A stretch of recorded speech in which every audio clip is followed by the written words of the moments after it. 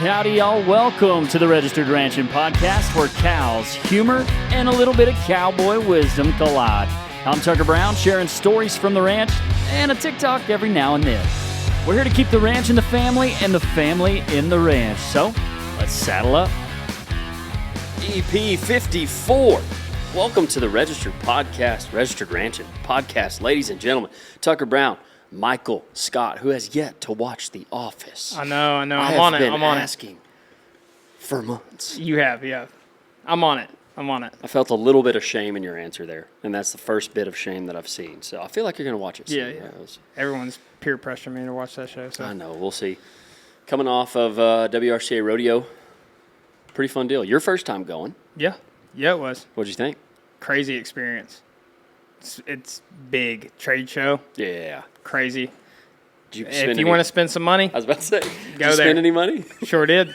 It's on my head. It's in the back of my truck. Got you a Capital Hatter's hat. Sure did. Got you Shout out. A Spoiler Design jacket. Sure did. Clean. You going to get in the leather business or what? Yeah. I got some leather. You worked on hardware. that yet? Not yet. Actually, tonight's going to be the first night. Ooh.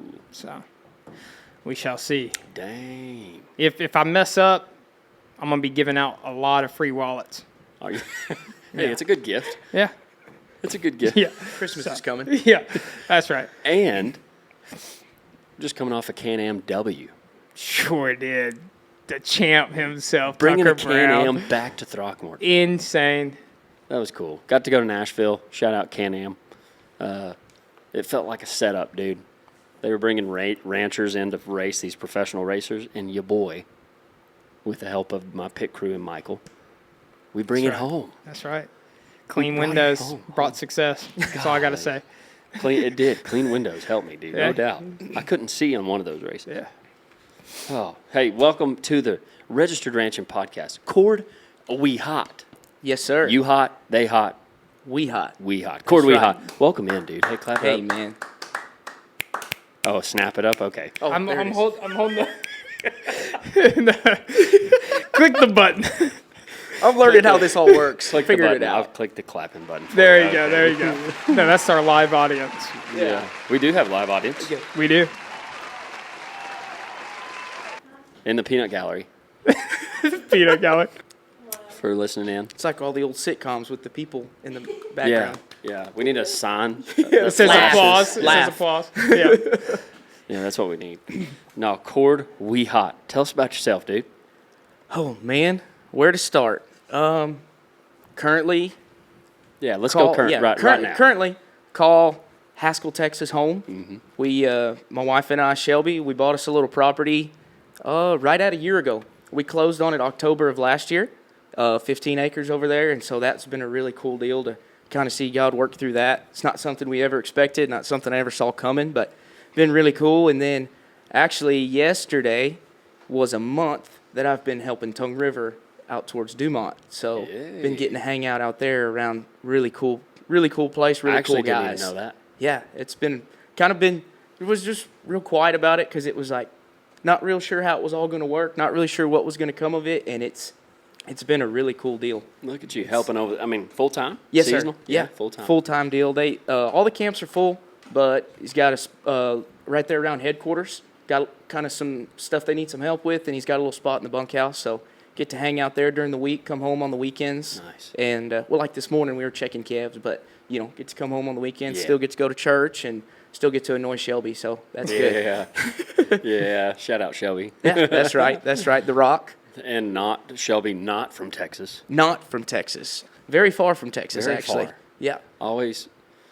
I did love whenever we went to dinner, what was it, a month ago or something? Yeah. And she was talking about, like, cold is cold. Whether you're from Minnesota or whether you're from Texas, like, Yep. it don't matter. Yep. Cold is cold. And that always, anytime I go somewhere, they're like, it's 65 degrees, aren't you cold? I'm like, no, because I'm wearing a hoodie. That's right. I'm not cold. Yeah. I will be. Yeah, but say he'll wear a hoodie. 78 degrees. Yeah. Yeah, we went up there for Christmas. The very first year we went up there for Christmas, it was like 25. And I got up there and I was like, hey, this isn't too bad. You know, like, I like this. This is pretty cool. And they're like, oh, there's like no snow, and that year was just no snow, and I was like, dang. And then we were talking to her dad on the phone like 2 weeks later, and he was like, yeah, it's been negative 30 all week. Oh. And I'm like, oh my gosh. Wow. No. And like, because where I grew up, it's hot all the time. You sweat. It was 85 on Christmas one year, I can remember, wearing straw hat and short sleeve. Where was that at? Down on the coast. Yeah. So that's where I grew up. But I remember that, and I was like, so when I moved to West Texas, it was like, well, I love the wintertime. But I was like, negative 30? Little further, colder than I want. Yeah, I don't think I need to go that far north. No. But I still like it up there. There's a lot of good people up there. It's really cool to get to go up sure. there and kind of meet people and see all she grew up around. Every time I go somewhere where it's cold, I always make a statement that still lives true unless I'm snow skiing. I never want the temperature or the wind to be close to the same. That's a really good point. Never thought about that. If it's 80 degrees, I don't want the wind being 80 mile an hour. Yep. Yeah. And if it's 0 degrees, first of all, if the wind is 0, I don't want the degrees to be 0. Yeah. Yeah, either way, I don't want it. Yeah. But 0 and no wind sounds nice if I'm skiing. But Yeah. But like out here, on the yeah, wheat field. no thank you. Yeah. I don't want that. 19 and blowing 25 is pretty cold. Dude, coldest place I've ever been is on the back of a horse. In Probably- something like that. Probably one of the coldest places I've ever been was Haskell Farms. Yeah. Holy Just smokes. out in the middle of a wheat Just field. and probably the happiest I've ever been is when I'm out there in the middle of that wheat field. But Yeah, true. I remember one day it was like spitting rain, and it was like 19, and there's a north wind howling, and I'm out there by myself trotting through. Had a bunch of fresh calves turned out, and I was trotting through them and was taking them to water. Kind of had a few on the back that I knew I needed a doctor and whatnot. And I remember loping circles out there, just kind of trying not to get bucked off, honestly. And I was like, I had the biggest smile on my face, and I sent Shelby a Snapchat, and she was like, "There is something wrong with you." And I was like, I don't know. This is just where I'm meant to be. I love it. Yeah, I always loved your. Well, we met. I guess it was. I remember the first time I remember meeting you was like first day of class at TCU, maybe. Yep. Your, Think so. Your first day. Yes, sir. And then, what was that? 2018, 19, That would have been 2019 because I was class 19. of 20. 2019. Man, that's crazy how long it's been. Yeah, you're old, dude. God. I know. But I remember that, and then the next year, I remember seeing a post from you, and you're like, one year you've never been west of Lubbock, and then the next year in Arizona, and you're ranching, or something like that. Oh, yeah. That's crazy to bring that up. That's funny. That video right there that I made was how me and Shelby got together. No way. Yeah. It was crazy. And long story, I'll just tell you now. No, I can make a short story really long. let's hit So, when we hit 3 hours on this podcast, we probably ought to Okay, shut when me we off, hit 3, but- I'll cut you. Yeah. But I'd always, growing up, the Cowboy Way, that movie, Yeah. was always just it was a classic, a favorite. And I don't know, I got a job in Arizona out of school. COVID had hit, everything kind of was going crazy. Wasn't really sure what I was going to do, kind of was searching, getting to that point in my life where I'm like, okay, I've been in college for a long time. And So the end of TCU into was... TCU was End COVID. of ranch management was Yeah, COVID. COVID. Right as it hit was right when I was finishing. And so it's a crazy deal. We didn't get to actually have a graduation. We went all the So way you're up not a until graduate? I guess I don't know if technically we can be friends anymore. I know. It's funny. They have the class pictures. Everyone has their professional pictures. Our class picture from that year is our last day of Zoom. No way. Yeah, we only had like That's the last. weird. It was the last month was it. We did all the way up until the last month was normal, but then the very last month, we had to go to Zoom. And our last picture is a screenshot of everybody posted That's up on their Zoom hilarious. calls.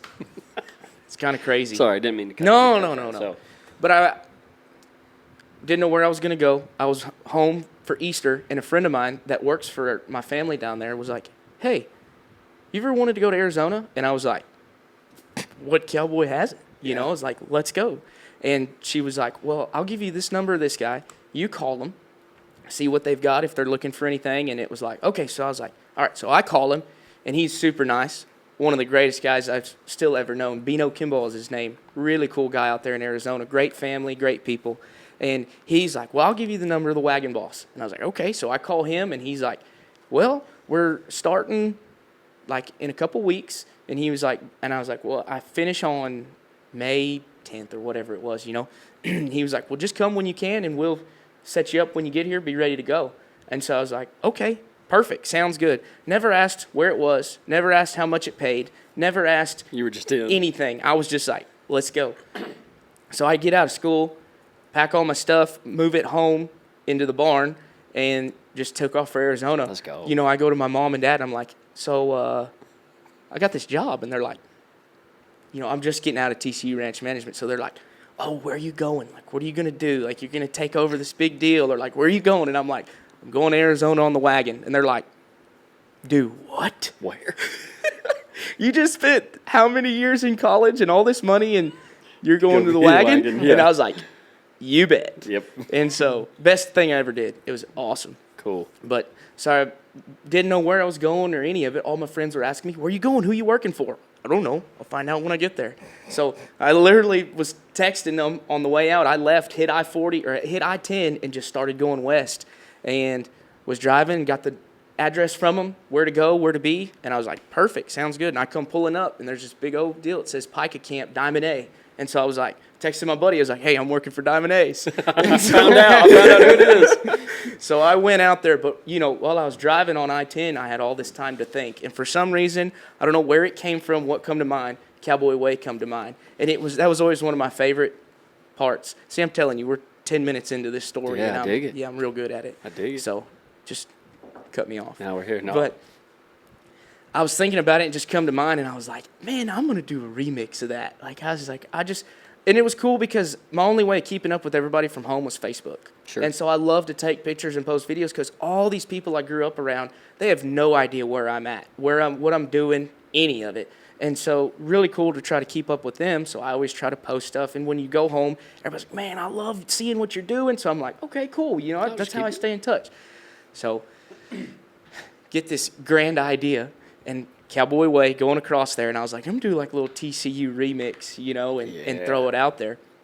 And I'm out there going across, just bumping across the desert. I mean, out there in the middle of nowhere. Yeah. Like one of the coolest things I've ever got to experience. Like, it's still wild out there. Yeah. That's what's neat. Like, you're on unsettled land.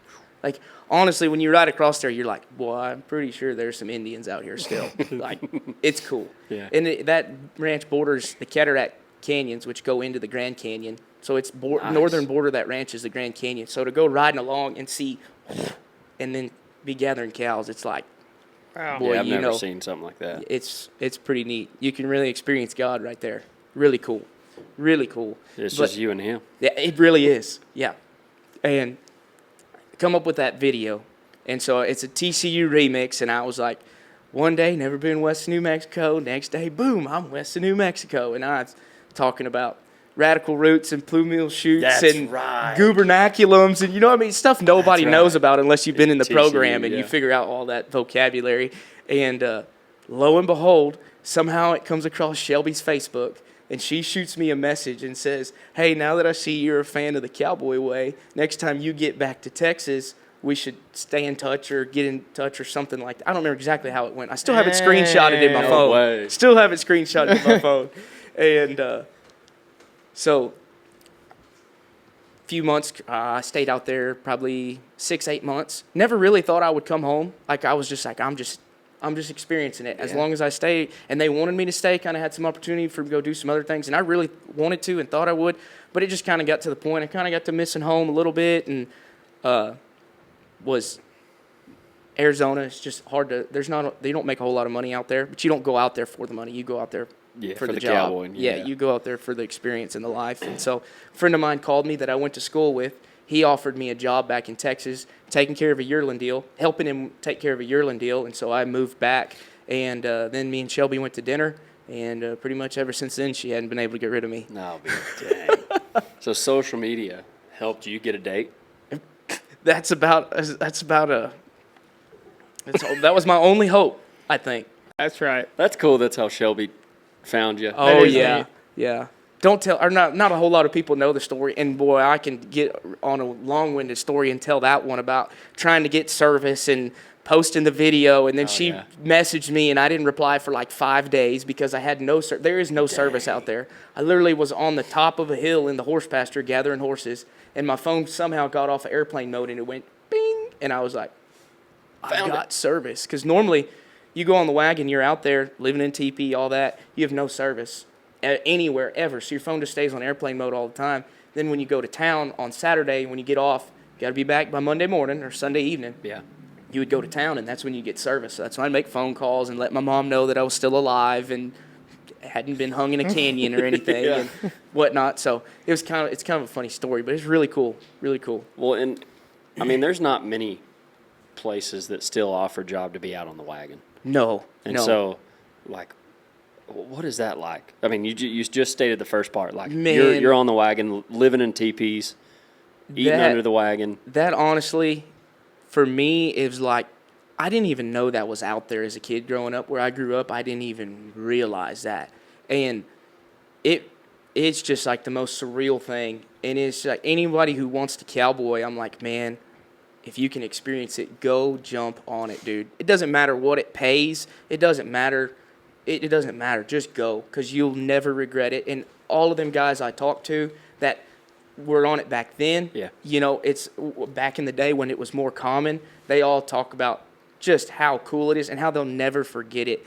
Like the Morehouses, you hear about their stories and all, and how Tom used to do it all, and like getting to work under Bubba now. He worked for Morehouse for quite a while. Yep. And then July Johnson too, he was telling me about when he first came back to Tongue River, how they were still pulling the wagon out and they drove the remuda across and all this kinds of stuff. And I'm like, man, it's so cool. And it's like, a part of me wishes that we could still do it that way. Yeah. It's hard in today's world because of the time and the money of everything, and day workers and all this kinds of stuff. So like I get it from the financial side and the management side and all that kinds of stuff. But man, that part of me is like, I wish everybody could experience it, because it's just the coolest thing. And like, what was neat to me, you get to go gather remuda horses, 100, 125 head, bring them in. We set up rope corrals. Everybody stands there, and you go in a circle, and you call out to the wagon boss who you want the next day of your horse and your string that they cut you, and he slicks them, brings them out to you, and it's just like you feel like you're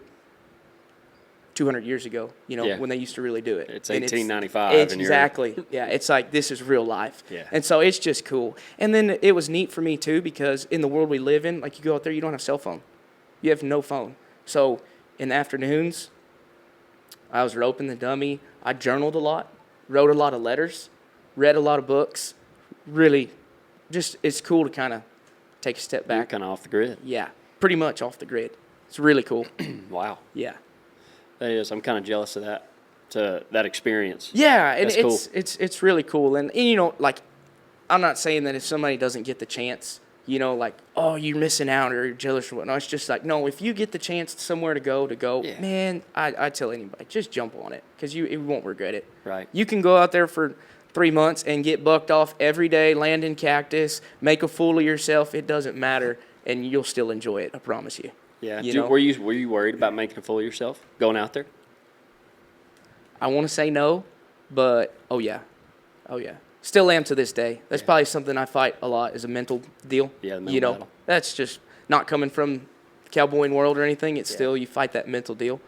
But but then at the same time, as soon as I got there and I got around those guys, it's like every time I go somewhere different or go somewhere new, I worry. I'm like, oh man, don't want to mess up, don't want to do this, don't want to do that. And then the minute you get there and you get around those guys, and the more time you spend around them, it's like everywhere else you go. It's just a cool industry, because everybody's so friendly. Yeah. And it's like, man, you got nothing to worry about. In the end, you really don't. So anybody listening, you don't have anything to worry about. Especially, even though I still fight it. If you're going to try, like it doesn't take much to realize when somebody's not trying. That's my one thing I tell anybody. I tell any of these young guys that I get to be around, that I've got to work around and everything, or like young people that are kind of starting out or whatever, I was like, man, the one thing they can't teach you is try. Somebody told me that one time. Man, I can teach you everything about it. You'll get there eventually, I just can't teach you to try. So if you've got try, you're going to go somewhere. So, any other any cool Arizona stories? Oh, man.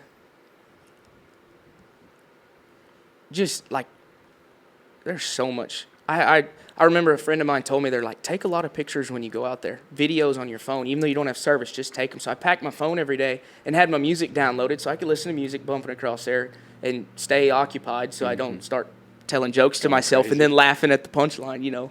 But I took a lot of pictures and videos, and I'm so thankful for that because I can still look back on my computer now and go look at that, and it like takes you right back to there. Yeah. It's really cool. And then I can read my journal that I journaled in every day, and it's like you can still relive it, which is really cool. But I don't know, man. Just getting to it's always a learning experience. You know, everywhere you go, you get to see something new. How everybody does it a little bit different. Getting to rope horses out. It's the first time I ever saw that. Yeah, that was really cool. I remember one day we're going across. We had gathered some of that stuff up on the north end, and it's just flat, wide open desert right off of the canyons. You know, and we're going across there, and we are trailing these cows. And out there, I think on the time I was on the wagon, the few months, I think our average, because your phone tracks it, I think our average was 28 miles a day. good night. And I think the longest we went was like 36 or 37 miles in a day. So, I mean, you're from the time the sun comes up till mid-afternoon to late in the evening, you're on horseback and you don't stop. Like, you just go. It's really cool. And, you know, like getting to work the herd old school, just hold them up out there in the middle of nowhere, sort out the dries, drive the dries one way, drive the rest of the cows the other way, like cool stuff like that. But we're gathering these cows across there. And it's windy that day for some reason. It's howling, you know, and we're just back there in the back just going along. And that wind's blowing, and I was like, man, that sea breeze off the coast sure feels good. And the guy next to me just cracked up. He about fell off his horse. He thought that was so funny.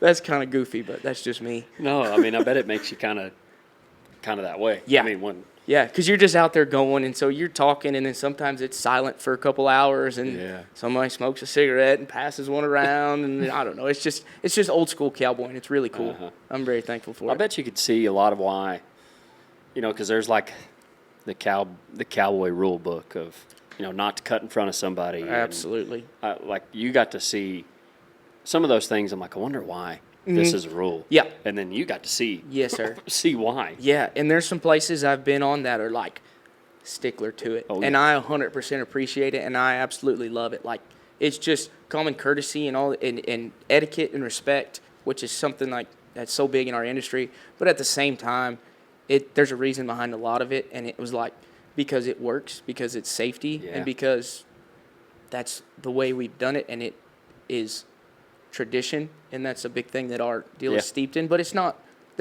A lot of it's not dumb. Like it has a reason behind it. I promise you. You talk to them old timers, they can tell you why. Yeah. So you mentioned it before that you didn't grow up in it, and I get asked, dude, so many times, or I get told like it's impossible to get in, or such a gate-kept industry. You know, how can I, with no experience, get into ranching? Yeah. And so how did you do that? Yeah. And so I grew up in ag, but I grew up in a totally different world. I grew up in Needville, Texas, Blue Jay Pride. I have to put that one out there for all the hometown people. Attaboy. Never forget it. But Needville, it's about 50, 60 miles southwest of Houston. And so straight down Highway 59, and then you're about 50 miles from the coast at that point. I didn't even know you could go southwest of Houston. Yep, straight down the coast. I thought you'd be in the water. Yeah. You pretty much are in the water at that point. So grew up in rubber boots and sweating and mosquitoes and all that my whole life. And my family, just down the road from Needville, is a little bitty town called Damon. Doesn't even have a high school. But that's the little bitty town where my grandparents lived, and that's where my mom and dad lived. And my family runs a feed store down there, kind of a co-op deal, build fence, or fencing supplies, fertilizer, spray. We had a little feed mill, custom mill. So that's what I grew up doing. Gotcha. Was loading customers at the feed store, spraying pastures, building fence. I mean, it didn't matter. Driving a tractor, all of it. Just any of it, from sitting in the feed store listening to my dad talk to people and sell feed and help them with this and help them with that, to loading customers outside and PVM tubs and lick tubs and liquid feed and putting out hay and stuff like that, just a little bit of everything. And so that was a business that was started by my grandpa and passed down.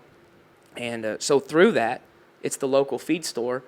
That's where all of the local ranchers, kind of all of the cow people come, ranch people come. And so over time, my grandpa got a lot of lease places. Okay. A lot of country that he built up over time. And then when my dad and my uncle married into the family, they came in, he kind of handed it to them, and they started growing it even more and more. So by the time I was about a junior in high school, they had a pretty big cattle company down there, but I think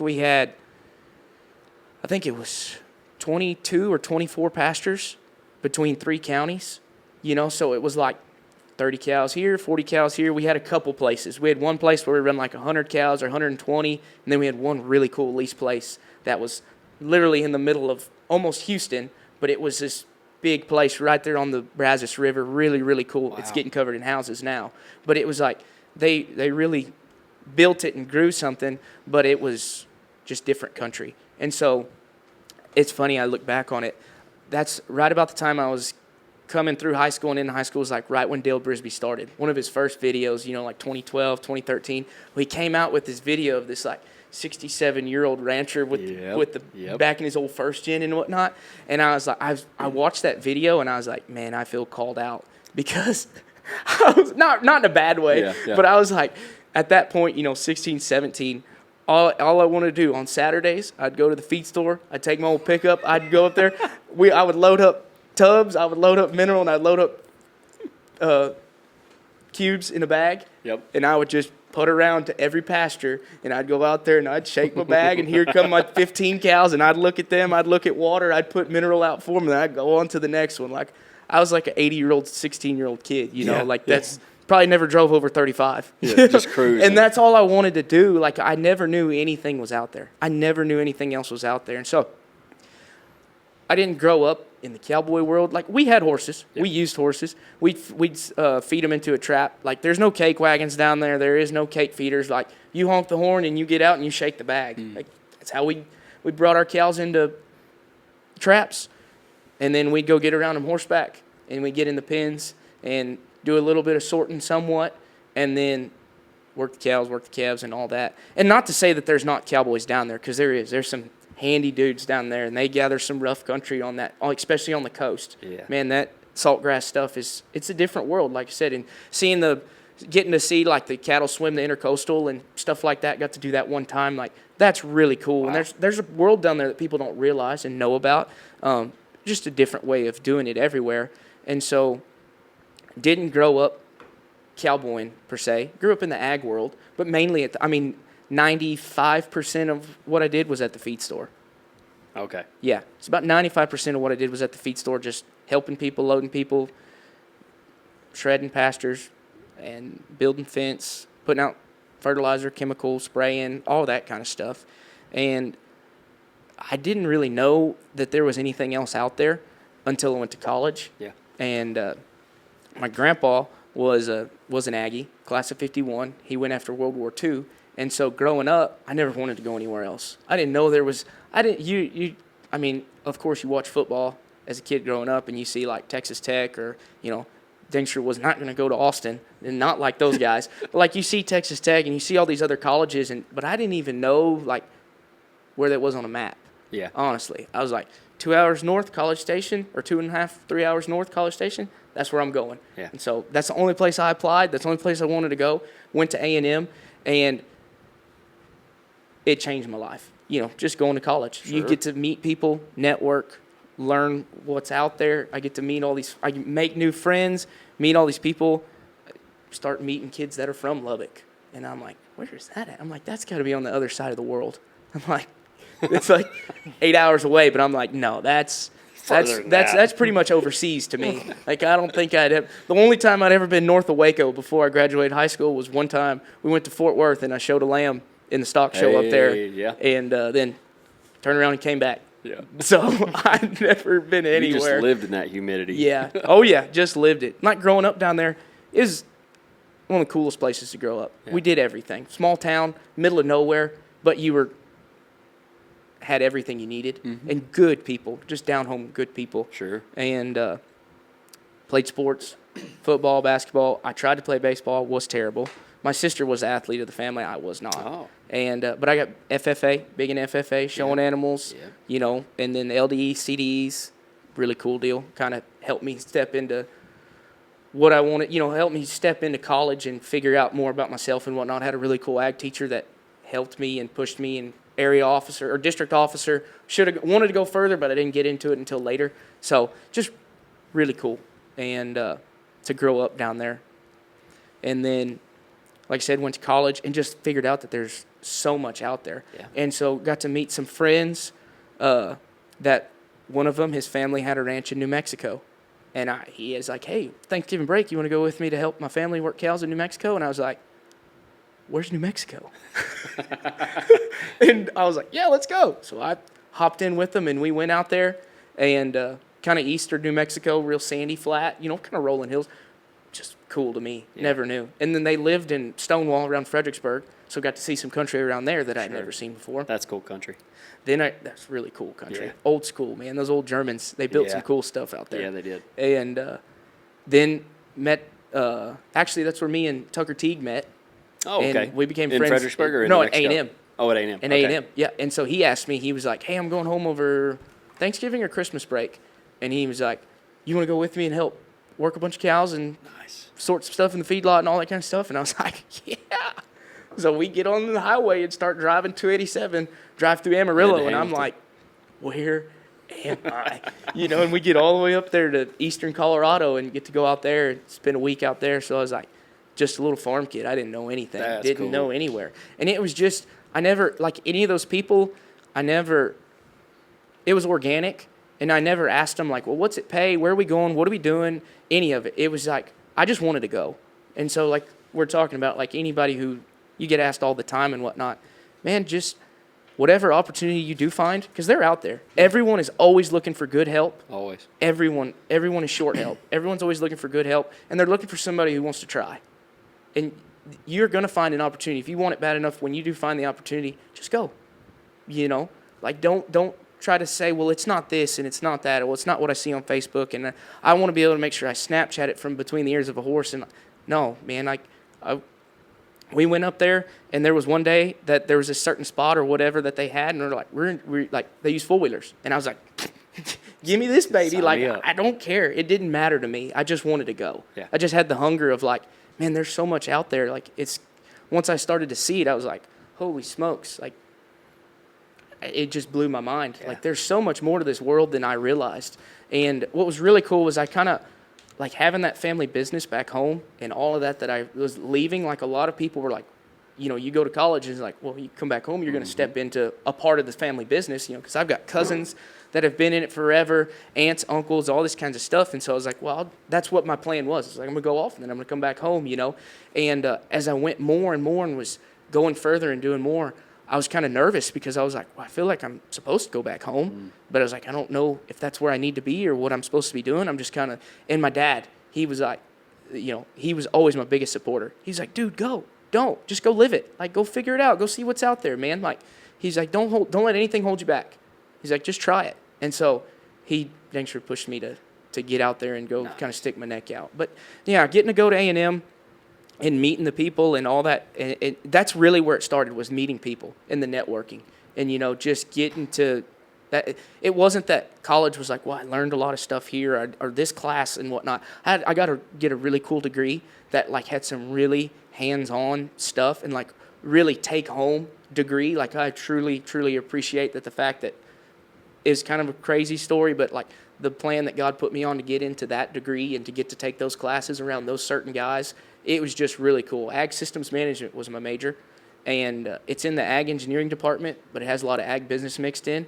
And, like, I got to take tractor mechanics and hydraulics and ag electrical engineering. And so we learned how to wire in switches and stuff in elevators. Oh, dude. And you know what I That's mean? neat. Like, in motors. electric motors and like classing them and all these different things. Like so much kind of stuff people don't learn at college. Like it was Right. true hands-on. But then I also got to go take an engineering graphics class and learn how to do AutoCAD and 3D render stuff. And like we got to 3D print some stuff.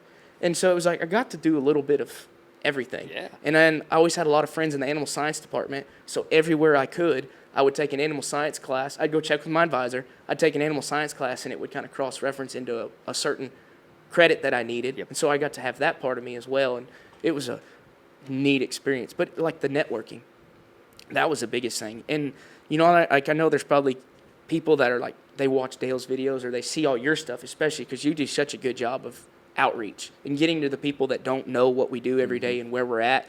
And they're like, I want to do that. Like, I want to try that. And like that, you know, like you said, you get that question all the time. And it's, man, there's Ranch World ads. Go look on Ranch World ads. Yep. There's people everywhere looking for help. And it's probably not going to be what you think it is. It's probably not going to be the job that you want, but it's a start. And if you go there and you work hard and you just say, yes, sir, yes, ma'am, you do your job and you work hard for them, man, it's going to take you places. Yeah. You'll get to, like, I'm telling you, a little farm kid who grew up with 15 cows is now getting to live his dream working on West Texas ranches, Yeah. you know, that I didn't even know was out there. And so it's just, there's opportunities. It's just, do you want it? And my big deal is like, what are you doing it for? Why do you want it? You know, is that first thing? If that's something you feel like you want to do, go to God with it and pray about it, ask him about it, say, man, this is what I really think, this is what I really want to do, but God, I want it to be your will. I want you to put your will on my life, and if it's where I get taken, that's where I want to go. And when you can step back and do that, it's pretty powerful what he'll do for you. Absolutely. You know, Amen. it's really cool. And just when you get that opportunity, just go and work hard and just give it everything you've got. And you'd be amazed, especially in today's world, you'd be amazed how far it'll take you. You know, I'm real long-winded here, sorry. No, And no. I got the old rabbit trails where you're going bing, bing, bing, you know, so we'll get there eventually. I'll come all the way back around and answer that question eventually. So do you, you're just an overnight success? Is that what you're saying? I'm sure, and I don't even know that I'm still considered a success. But no, I mean, honestly, it all started, you know, when I went to college and got to know those other people. And, you know, it was kind of funny. Like, I got to know these other guys, and, like, and that was right about the time Snapchat started, and Facebook was just kind of, like, becoming a real thing. So, like, I got to make friends with these kids, and then I get to see what they grew up around or, like, people that they knew and, like, all this kind of stuff. And so I was like, oh, man, you know, that's cool. Like, I want a cowboy. Like, that's awesome. And then I went back home during the first couple summers, and it was like I started, you know, my old hat shape got a little wider, you know, the old tucked up, The old punchy. vest, Then I had the old bat wings on and like on. stuff like that. When we would go work our 15 cows, Yeah. you know, Yeah. and I like had no business I didn't know what I was doing riding a horse, didn't know where I was going, and it was like, boy, I looked, you know, didn't know what I was doing, but I just wanted it. That was it. That's all it was. I wanted it, and so I just wanted to try, and it took a lot of years. I'm 29 now, so that was probably when I was 18, when I went to college, 17, 18.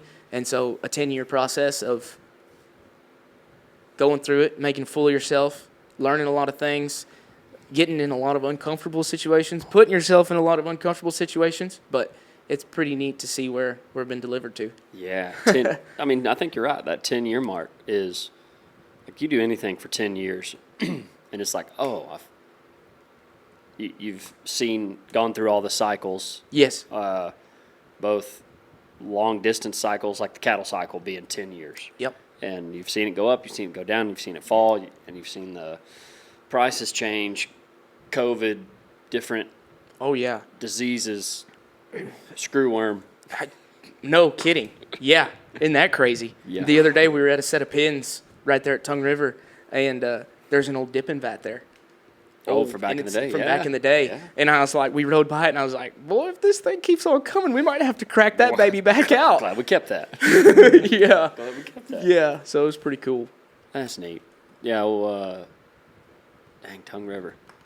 That's a cool spot. I've been out to that headquarters one time, Man, and I was like getting ready to announce a rodeo, and they Yeah. were in it. And that was when Sam Norman was working at there. Yes, sir. Joshua, Hossel? Josh Yep. Hossel. Yep. Josh Hossel. And what was the other guy's name? Man, there's been a bunch. JT, TJ. Yeah, TJ Roberts. TJ used Roberts. to manage it. Yep. I should know that. Don't hate me for getting that wrong. And but we were like getting ready for a rodeo, and so I was like, I'm gonna go out there. I know these guys, but I've never sat down and ate with them. So Yeah. that's what they did. They like cooked, and they're like, yeah, come out, we'll eat, we'll yeah. talk, get to know each other, and tell me about the ranch. It was so cool. Man, That headquarters is neat. that headquarters is so cool. The first time I ever got to go out there, Shelby is friends with Rachel, the girl that does all their social media Yep, and whatnot. She does a great job. She's a really cool She does. gal, and she's helped Shelby out a lot, and they're really, really tight, and they have a really cool little group of girlfriends, and it's cool to see. But the first time we ever got to go out there was Return of the Remuda sale. Yep. Rachel asked Shelby, "Hey, come help me take pictures." And so, of course, I'm gonna tag along. Like, Yo, of if there's there's some people that see me like that I know now, and they're like, "Dude, I used to see you everywhere. Like, what were you doing?" And I was like, "I just wanted to be there." I would go to the Return of the Remuda sale. It didn't matter if there was a horse sale, if there was a clinic, or if there was anything. If I could go, I was just gonna go. I just wanted to be there. WRCA finals, Western Heritage. I just wanted to go. Like, I love those people. I wanted to be around them, and I just wanted to get to know everybody. And it was like, so, long story short, once again, I go to the Return of the Remuda sale, and Shelby's like, "Hey, they're cooking at the ranch afterwards. Do you want to go out there?" And I'm like, "Well, what do you mean, do I Yes. want to go?" I'm like, Yes. little 19-year-old Cord is like, "Yes, please." So we go out there, and it was just like, it's so surreal. It's just cool. You know, you drive up there, and the ranch headquarters is beautiful. Oh. And it's like the sun's setting, big old sand canyons are over there on the west side, and it's like the headquarters looks like it came out of out of a movie, out of a Yeah. magazine. I'm not Yeah. really sure what to call it. And it was just like, holy cow. I remember telling Shelby, he's like, it'll probably take me 20 years to get here, but I was like, one day, I want to be here. You know, like, this is the place. Oh. And it's pretty cool to get to hang out around those guys. I mean, just such a cool group of guys, and like fun, but work and stay after it, and just the whole deal. Every single guy out there is just fun to be around, but they're good at what they do, and good godly guys, and just it's really cool because you get to wake up every day and you're excited about what you get to go do. I was telling Shelby right after I started, I was like, "Man, this reminds me of why I started doing all this." Like, because it's fun, and I love the life, and I love to be out here, and it's cool. You know, I don't know where God's taking me or how long I'm going to get to be there or whatever, but I just thank Him every day I get to be there and get to do it. Tell me what your like aha moment was of you didn't grow up in it, but maybe your thought of like, whenever I do this, I've made it. Have you had that moment? I'm sure on different levels. Oh yeah, on the different levels for sure. And that was always kind of off the subject of your question, but like that aha moment, the first time where I was like hooked on the Cowboy deal was the very first time I ever got to really trot out in like a real jig line. You know, we get on horses, everybody saddles up and gets out of the trailer, and we get on. And I remember like the sun was just peeking up, and we take off, and it's cold. I mean, it's like you can see everybody's breath, and you're like bundled up. I didn't know it yet, but I was about to get bucked off. Oh.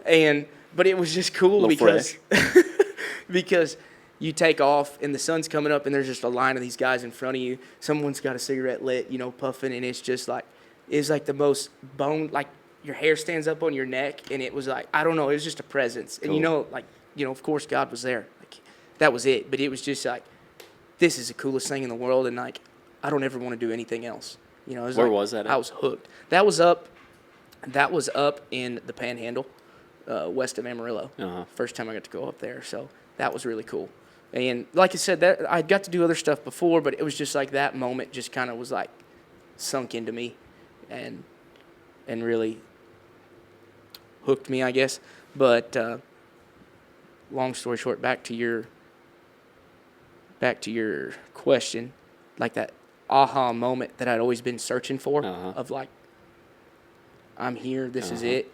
I chased it for forever.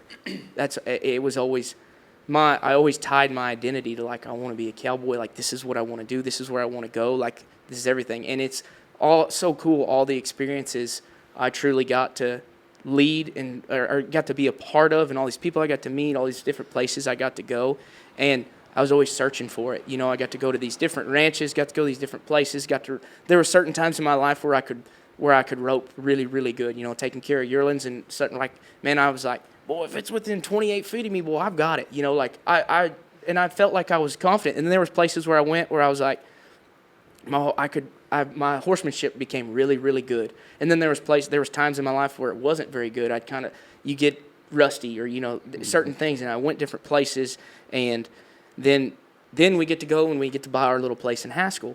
And then I'm talking to these guys that have cowboyed forever all over these places, and they're like, man, that's so cool. Like, I'm really proud of you. Like, I wish I would have done that. I wish I would have done that. You know, like, I've been here and I wish I would have done that. Like, that's really cool. And I was like, man, I wish I was doing what you were doing. You know, like, I want to be where you're at and all these kinds of things. And I've always been a happy guy. Always just loved where I was at. Always been full of joy. But I never really had that peace of, like, I'm here, that aha moment. Like, this is it. You know, I was always chasing something, and, like, man, I got the greatest wife in the world, best marriage, got a bunch of horses, got my own place, get to go to these places. I'm like, what am I missing? You know, like, I'm always just, I want more. Yeah. Or not want more, but I was just looking for the perfect spot. I'm looking for the perfect deal, and I never could find that true, like, peace and fulfillment.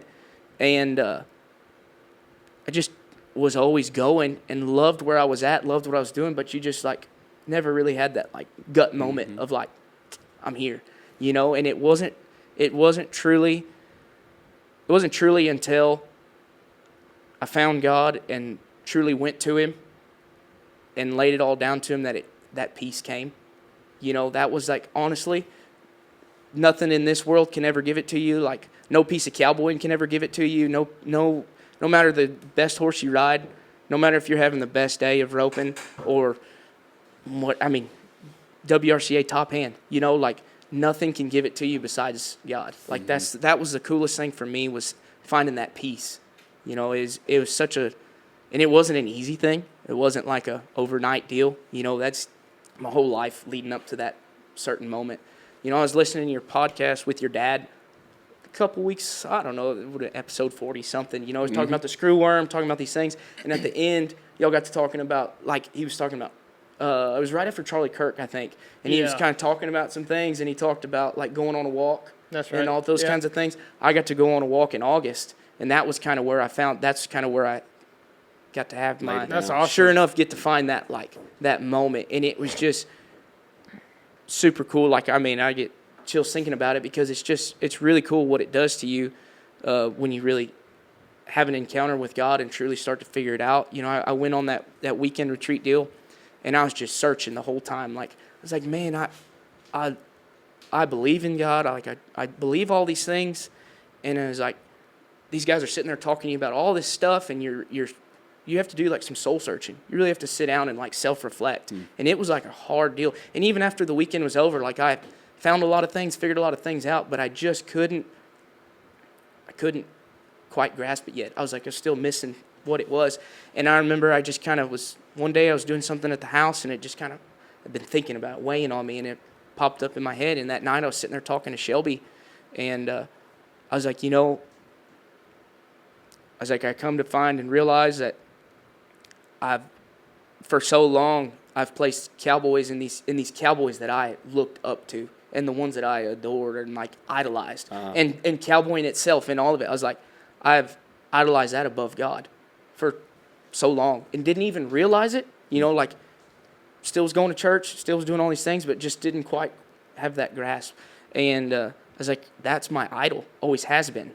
And so when I truly submitted, I guess I'll say, and I just kind of got to talk to God, and I said, whatever your will on my life, I'm here for it.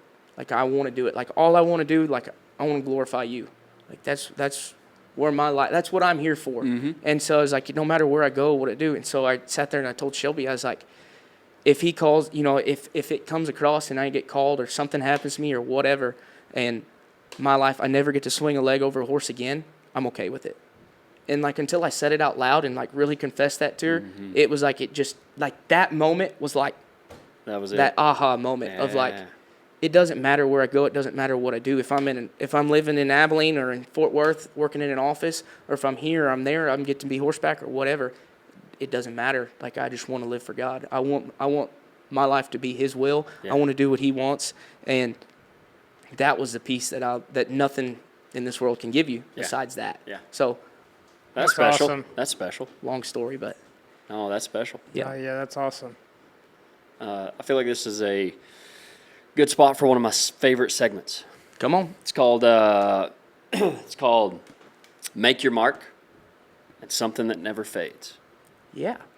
Brought to you by Richie Tags, because you can make your mark on those tags and they never fade. We love Richie Tags. We use them on all our bulls. We get them laser engraved, or you can engrave them yourself. But the laser engravement's pretty impressive. They don't fold up. You can see them forever. Like, you can see them forever. If you don't want to be in the cowboy world very long, sure, get you a different tag. That's okay.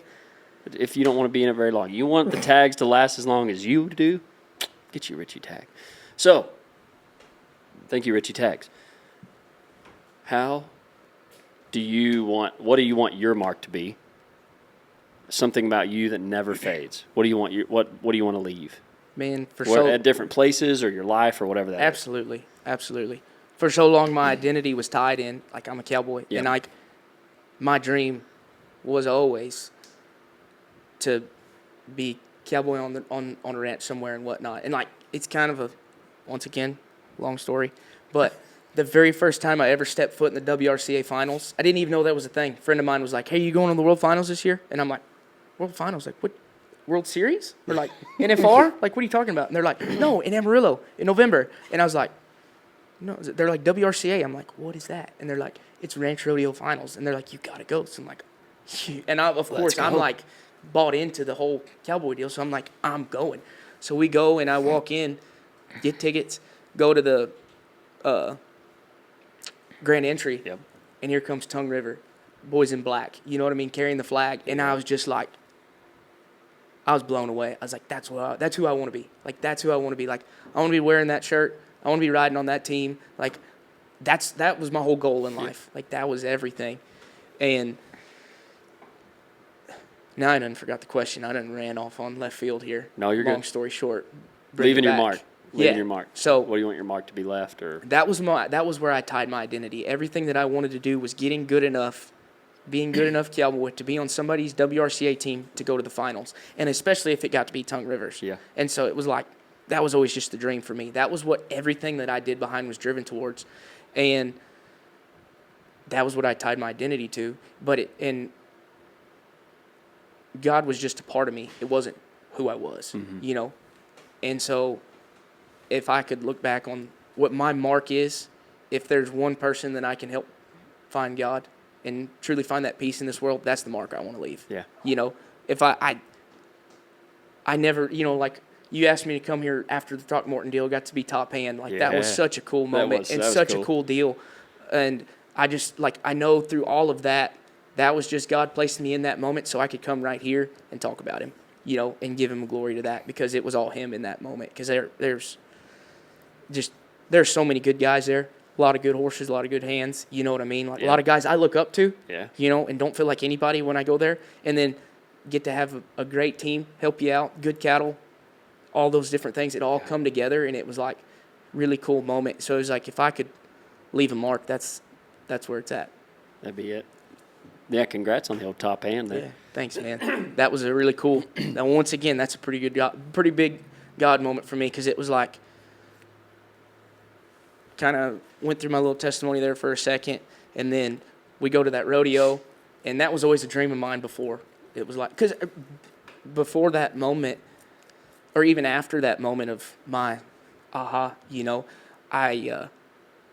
I was like, I'm okay if I never go anywhere, never get to rodeo, never get to ranch rodeo, none of that, you know. And it was like I laid that all down. I was like, I don't want it anymore. And man, I had so much fun that week, like enjoying life. Yeah. Didn't matter. I was driving a tractor planting wheat while I was having a blast. I'm telling you, I had never had so much fun driving a tractor, you know.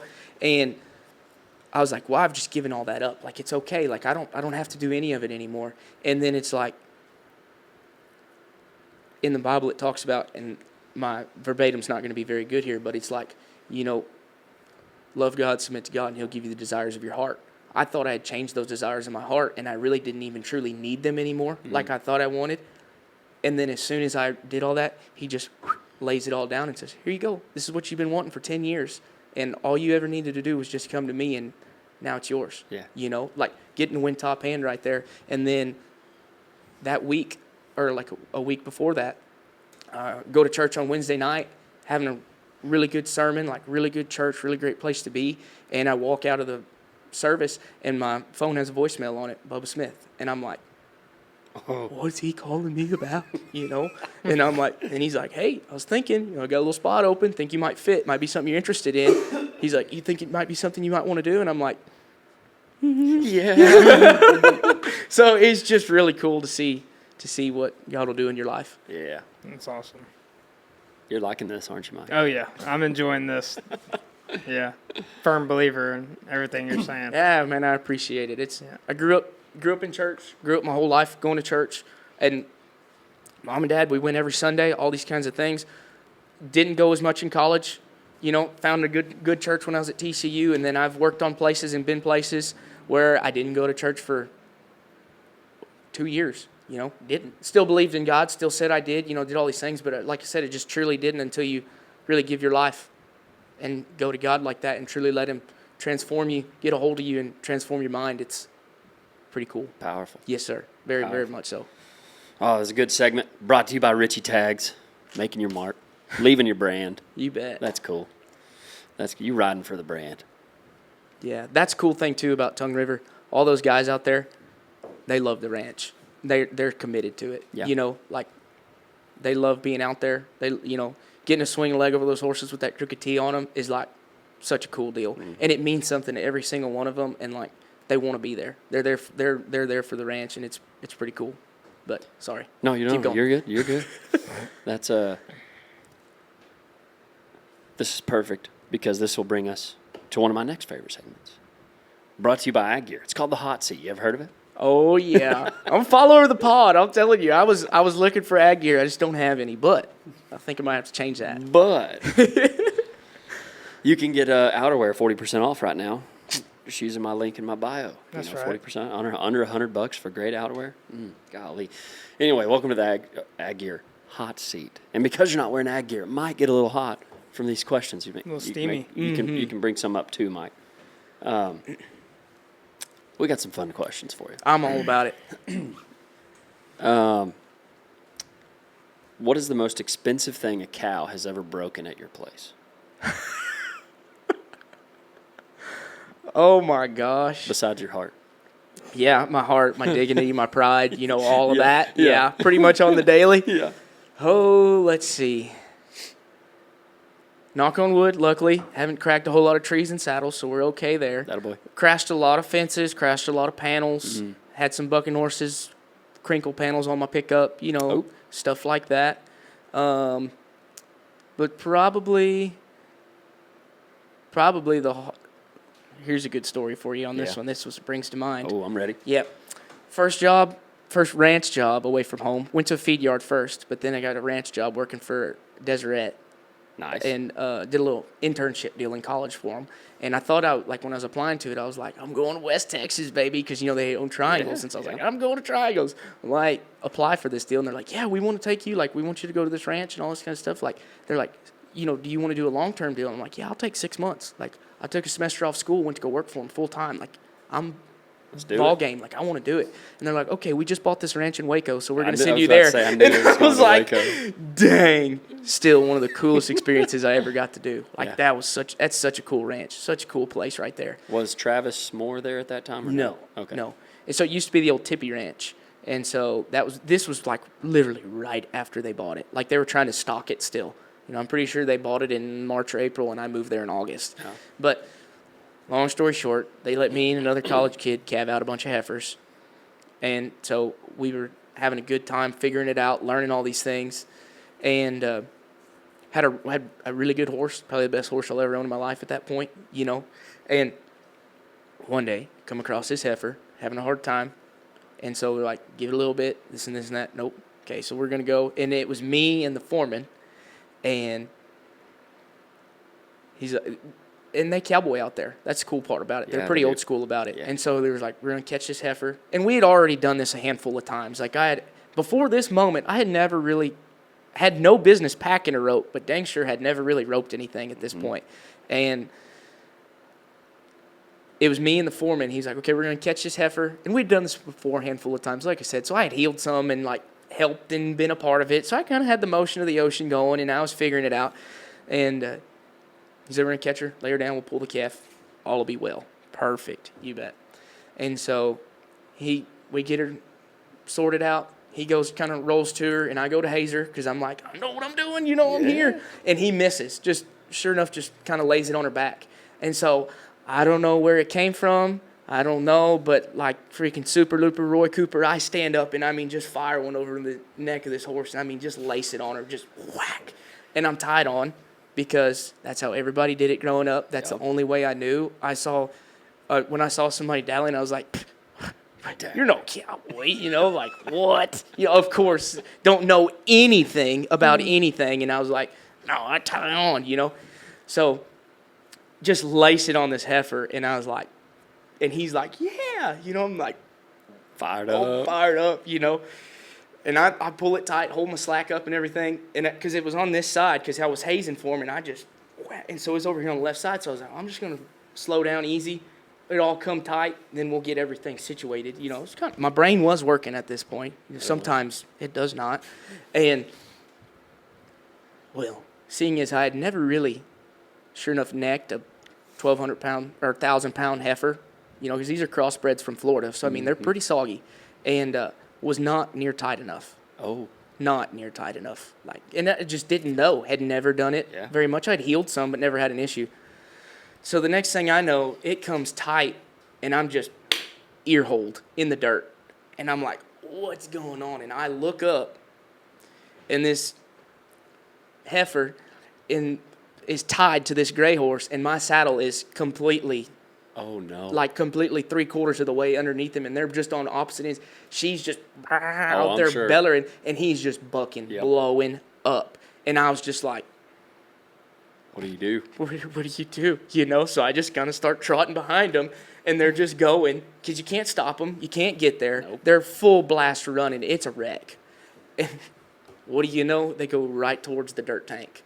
And just off in it. What? Oh, yeah. So I come running up there. My horse is literally laid down. His head is like up out of the water, but everything else is just completely covered in mud. He's a gray horse. He looked like a bay. Yeah. It's just, and the heifer is out there in the middle of the pond just choking. And I'm like, have no idea what I'm doing. You know what I mean? I'm like, I'm fired. Never been anywhere before in my life. I'm like, what am I doing? And it was like a wreck. So first thing I do, of course, I did have some kind of sense. Reach out, pull my knife, bam. And a dull knife will cut a tight rope. Promise you that. That's the only time I've ever cut a rope. But reach up, comes loose. So then once the pressure comes off, horse is all right. He's still basically dying in the tank, and the heifer is out there, but she's not choking anymore. All is well. Yep. And the other guy rides up, and he's like, hey, give me the rope to that heifer, because it's in the water. And he's like, I'll handle her. You just get your horse. And I was like, and he handled it great.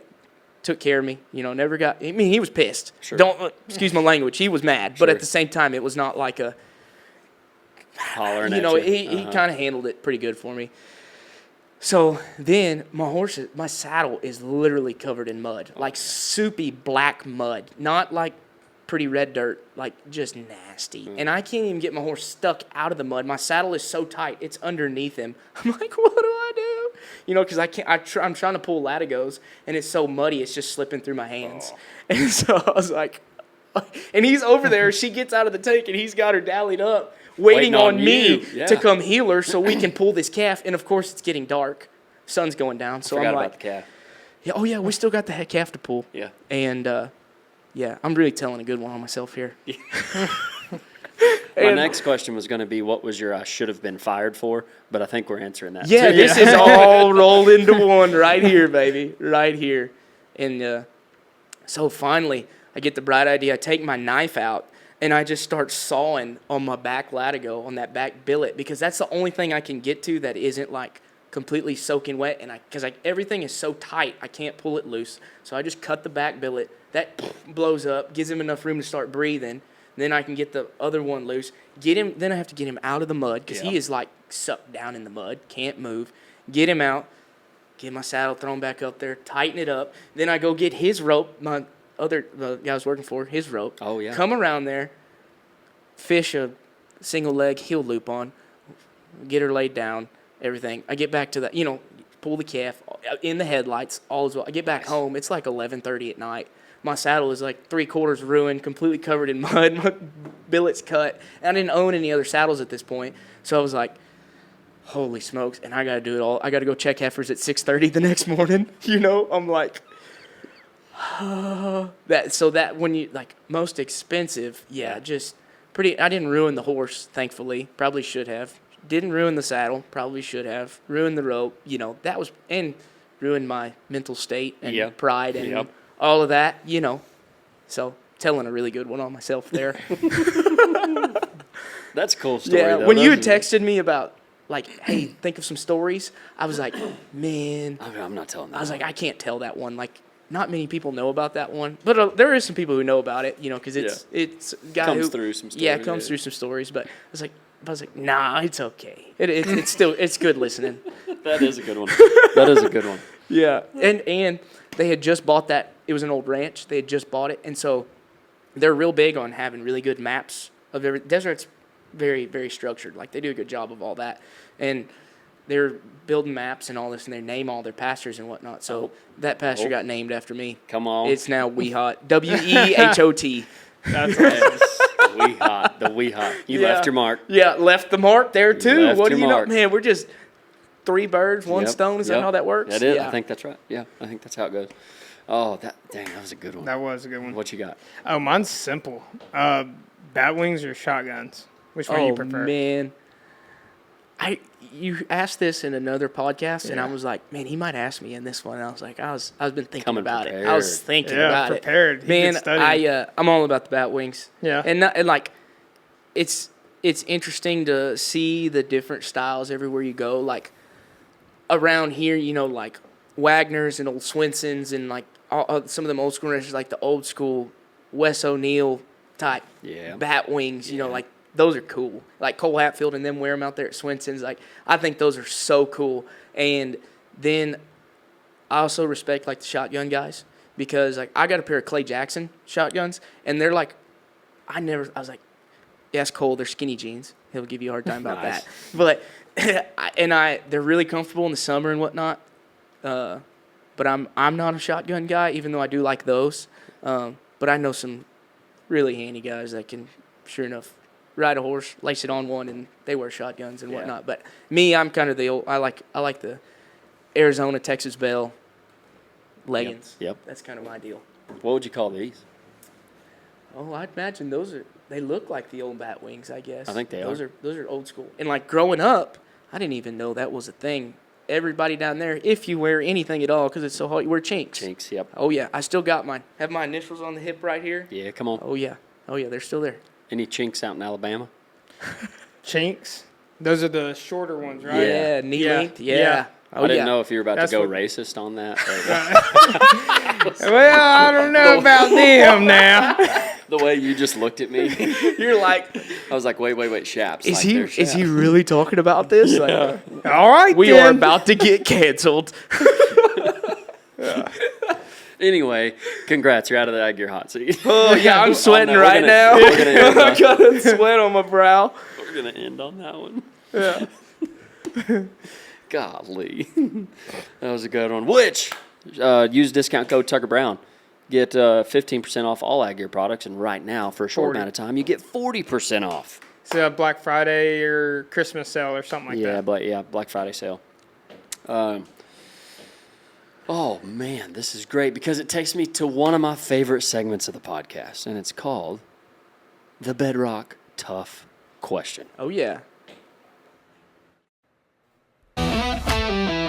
Welcome to the Bedrock Tough Question, brought to you by Bedrock Truck Beds. The toughest truck beds there are, and that's why we use them. Get one today and find out for yourself. And now back to the Bedrock Tough Question.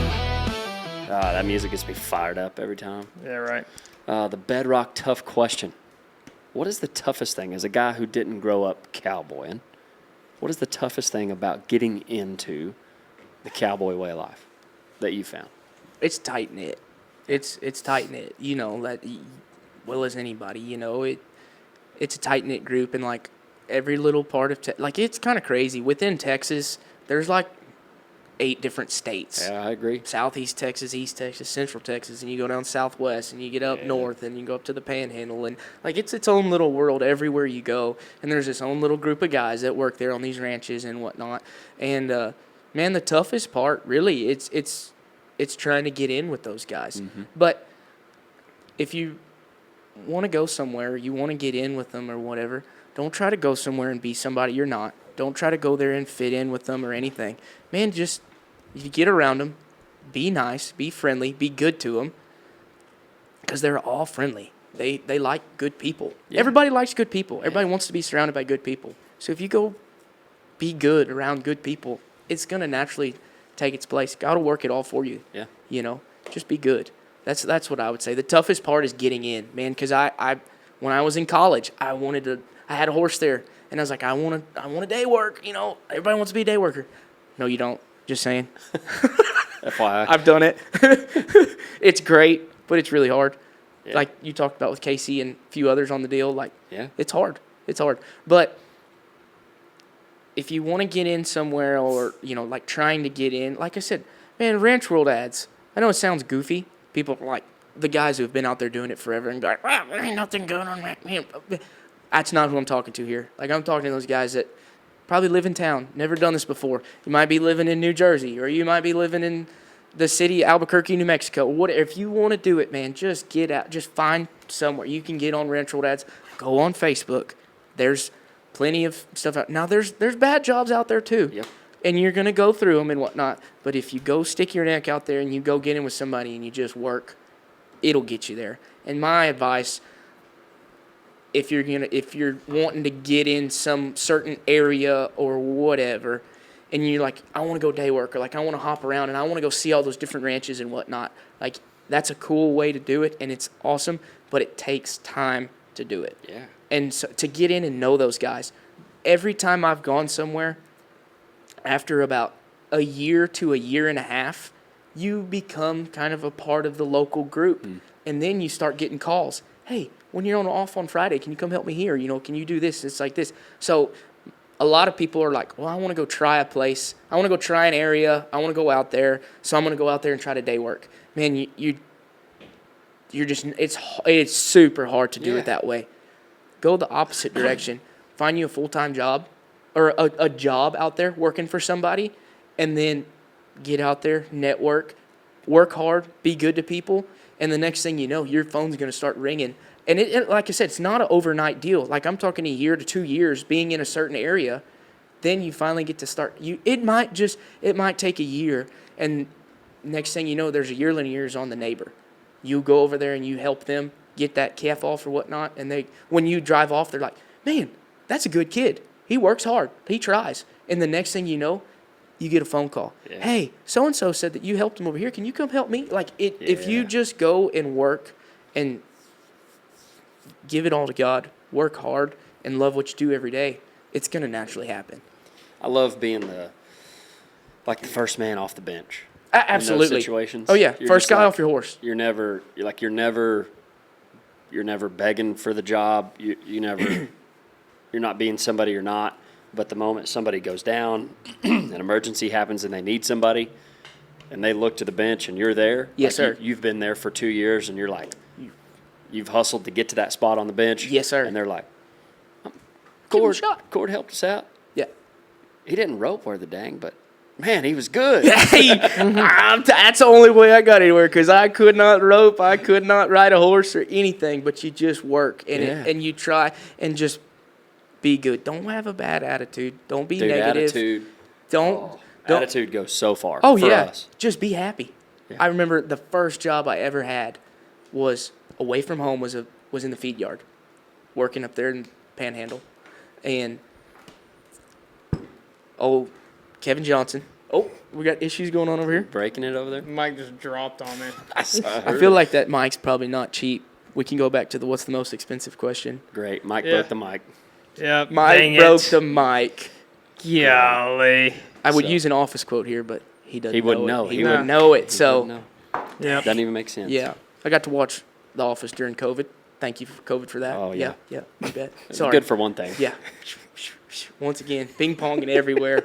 We're coming back. I don't Now, even what remember was the I question. talking about? Yeah, what were we saying? Being the first man off the bench. Something. Network. yeah, I don't know. Oh, man. First man off. We always say, we've said it on the podcast before, that your network is your net worth. Yeah. Absolutely. And- And that's ag world, Yep. man. You just be good people. Bedrock tough question. That's where we are. Toughest thing. There about- we go. Toughest thing. about Toughest getting thing, getting in, all that. Yeah, I'm going to go back and listen to the podcast and be like, dang, I wish I would have finished what I was saying because that was a really good thought. Probably. Yeah, but the old ADHD, I don't know what there. Same. I'm glad I'm I not don't know what alone. HD is, but I got 80 I got of them. 80. I got 80 of them. You ever been to the NFR? Oh, by the way, thank you for answering the Bedrock tough question. Absolutely. We love Bedrock truck beds. Shout out to Bedrock. We have 2 of their truck beds, and that's what we use. And whenever we get new ones, we get Bedrock truck beds because they're the toughest ones out there. So give Bedrock truck beds a try. You'll love them because we do. And I think, sorry to interrupt, Yep, I was done. every time I hear about Bedrock, I've seen them in person a lot. Boy, they look good. Yeah, they're They sharp. stand out. They're sharp. That's a random little deal. But I always thought, like, I didn't man, even like pay you for those. that. They look good. That was free. Yeah, that was free. Here's They your look 20, good. by the way. Yeah, you bet. Yeah. Dinner. All subs look good. across the street. Allsup's burrito. Heck yeah. He had never had an Allsup's burrito until he came here. Oh, Yeah. man. The Have old. you still had one yet? You've had one. You and I went and got one, right? Yeah, bean one, right? Oh, The beef yeah. and bean. Beef and bean, baby. Beef the and old bean, the all gut subs- missile. The gut bomb. Yep. Oh, yeah. Yep. Yeah. Yeah. Hey, they ain't lying about that. That junk will tear you up. Hold on. We got to break for a second. Turn off his mic.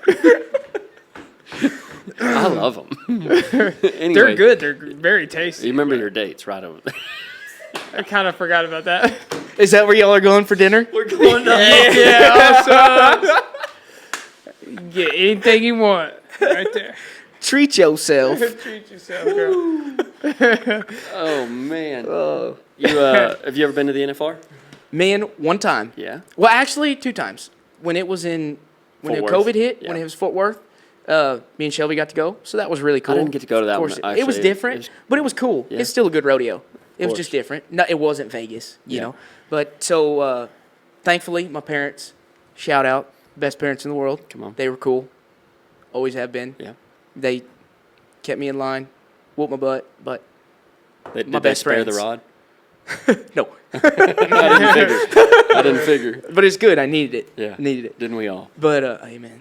But so every year when we turn 21, my brother, my sister, and I, when we turn 21, that following December, they'd take us to Vegas. Oh, that's a cool deal. And That's so cool. that was just something they did for all of us. Yeah. Really cool. So when I turned 21, I was in college, got to go to Vegas for 3-4 days, had a blast. Really cool. They go with you, or they're Yes. like, here's the trip? No, or- no, they go with us. Yeah. And like my mom and dad, like with the feed store, Yeah. they'd gone with like Perina had taken them before, and Trina, okay, they yeah, had you gone bet. out there. They got to go some years they didn't. Like, I mean, it was just, it wasn't like they could just say, here's the money, we're going every year. You know, yeah, it was yeah. like a kind of save up, Build make it it up all for work. it. You know, Mhm. but it was really cool. I'm glad they did that for us. So I got to go one time, got to go to Thomas and Mack, and just, Yeah.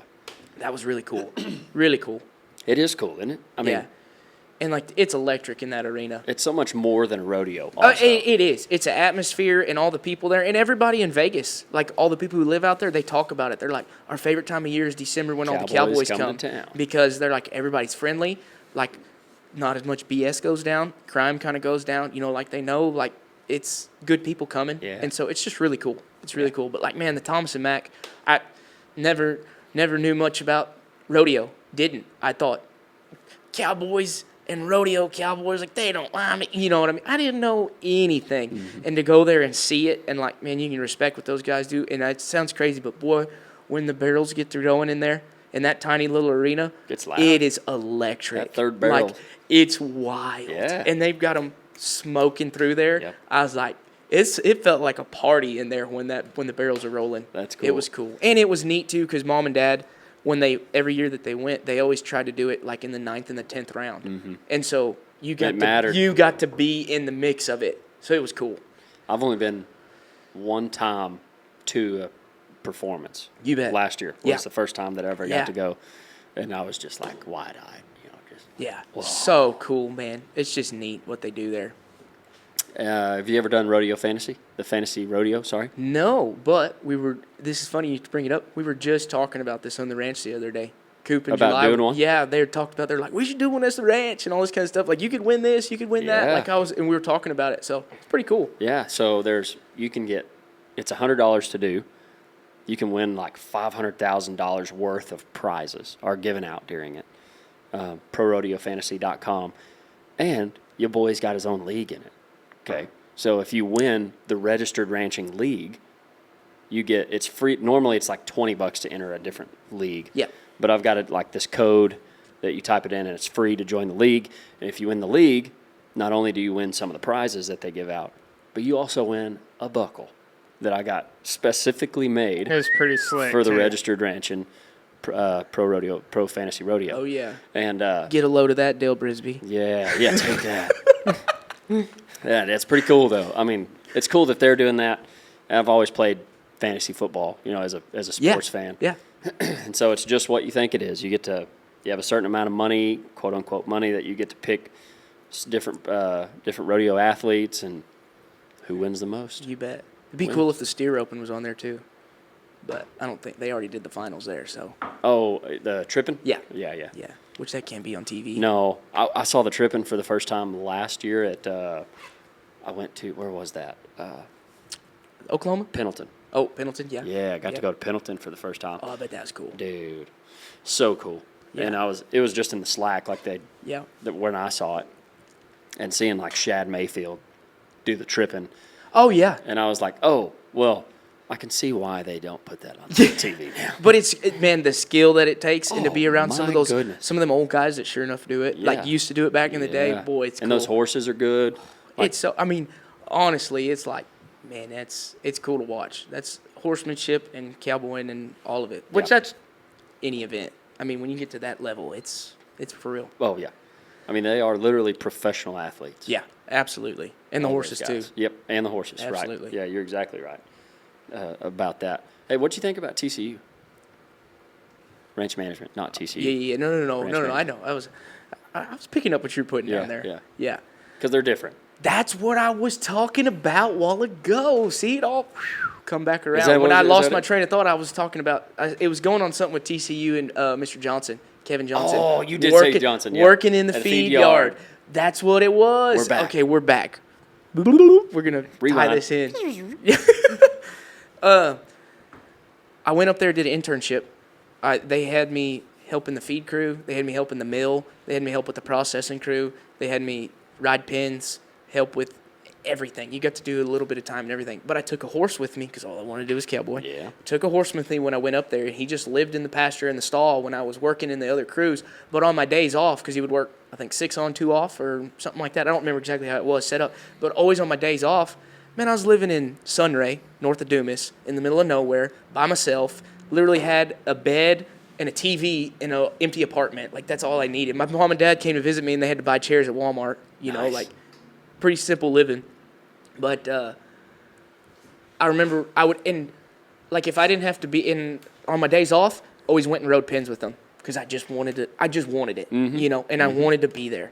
And I thought it was the coolest thing in the world, riding pins in a feed yard. And I was like, by God, I'm in Lonesome cowboying. Dove, baby. You know, Almost to Montana. I just didn't know anything, and I just wanted it. I just wanted to go, but this is where it all comes back to, and then we'll get back to the next good. question. Sounds good. But early shipping, 3:30 in the morning, you got to be there, ready to go to start getting fats out of pins and load trucks.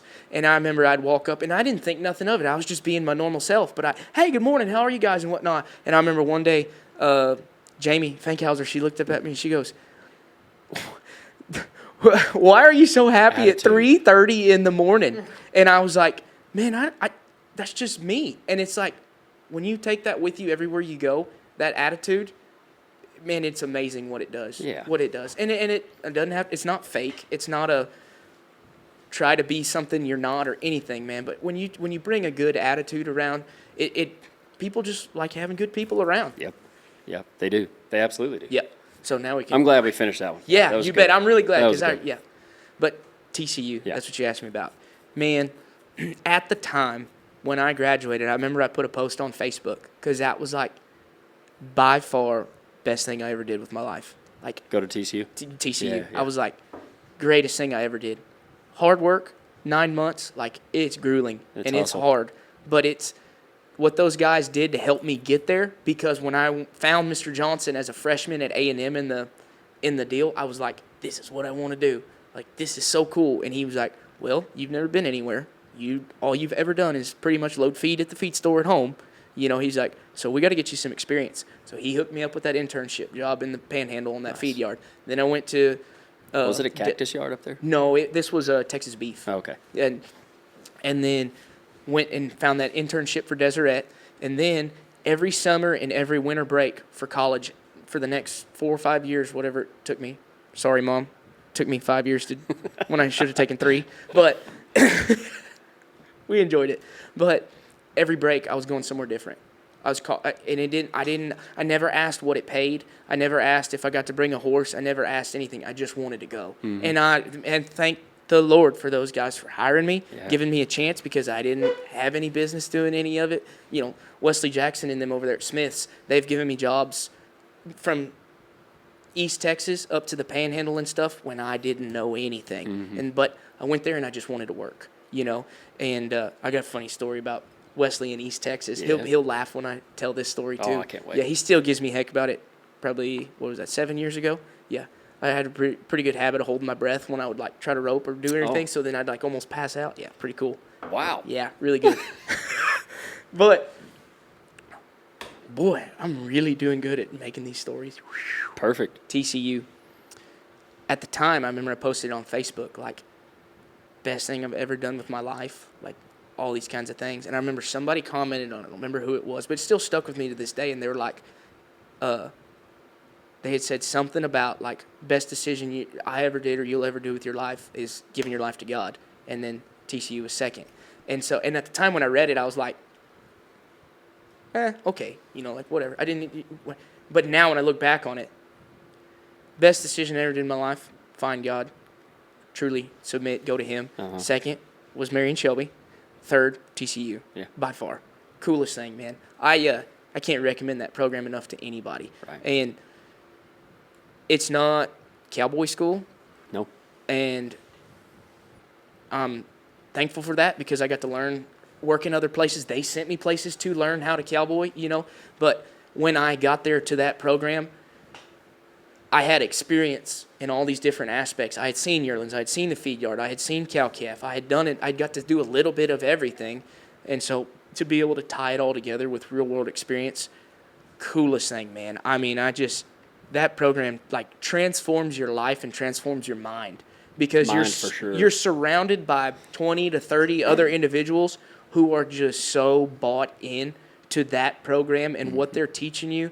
And it's just so cool. I mean, you get out of there and you don't look at anything the same. You don't look at grass the same. No. You don't look at water the same. You don't look at a fuel pump the same. You don't look at it. I'm running a break even on everything. Yeah. When you get out, you know. Yep. And when I first got out, the really cool part to me was like the financial side and the business side. Because like I said, I went to A&M, but I didn't really quite grasp any of that stuff when I was there. It was all kind of over your head a little bit. You didn't quite savvy at all.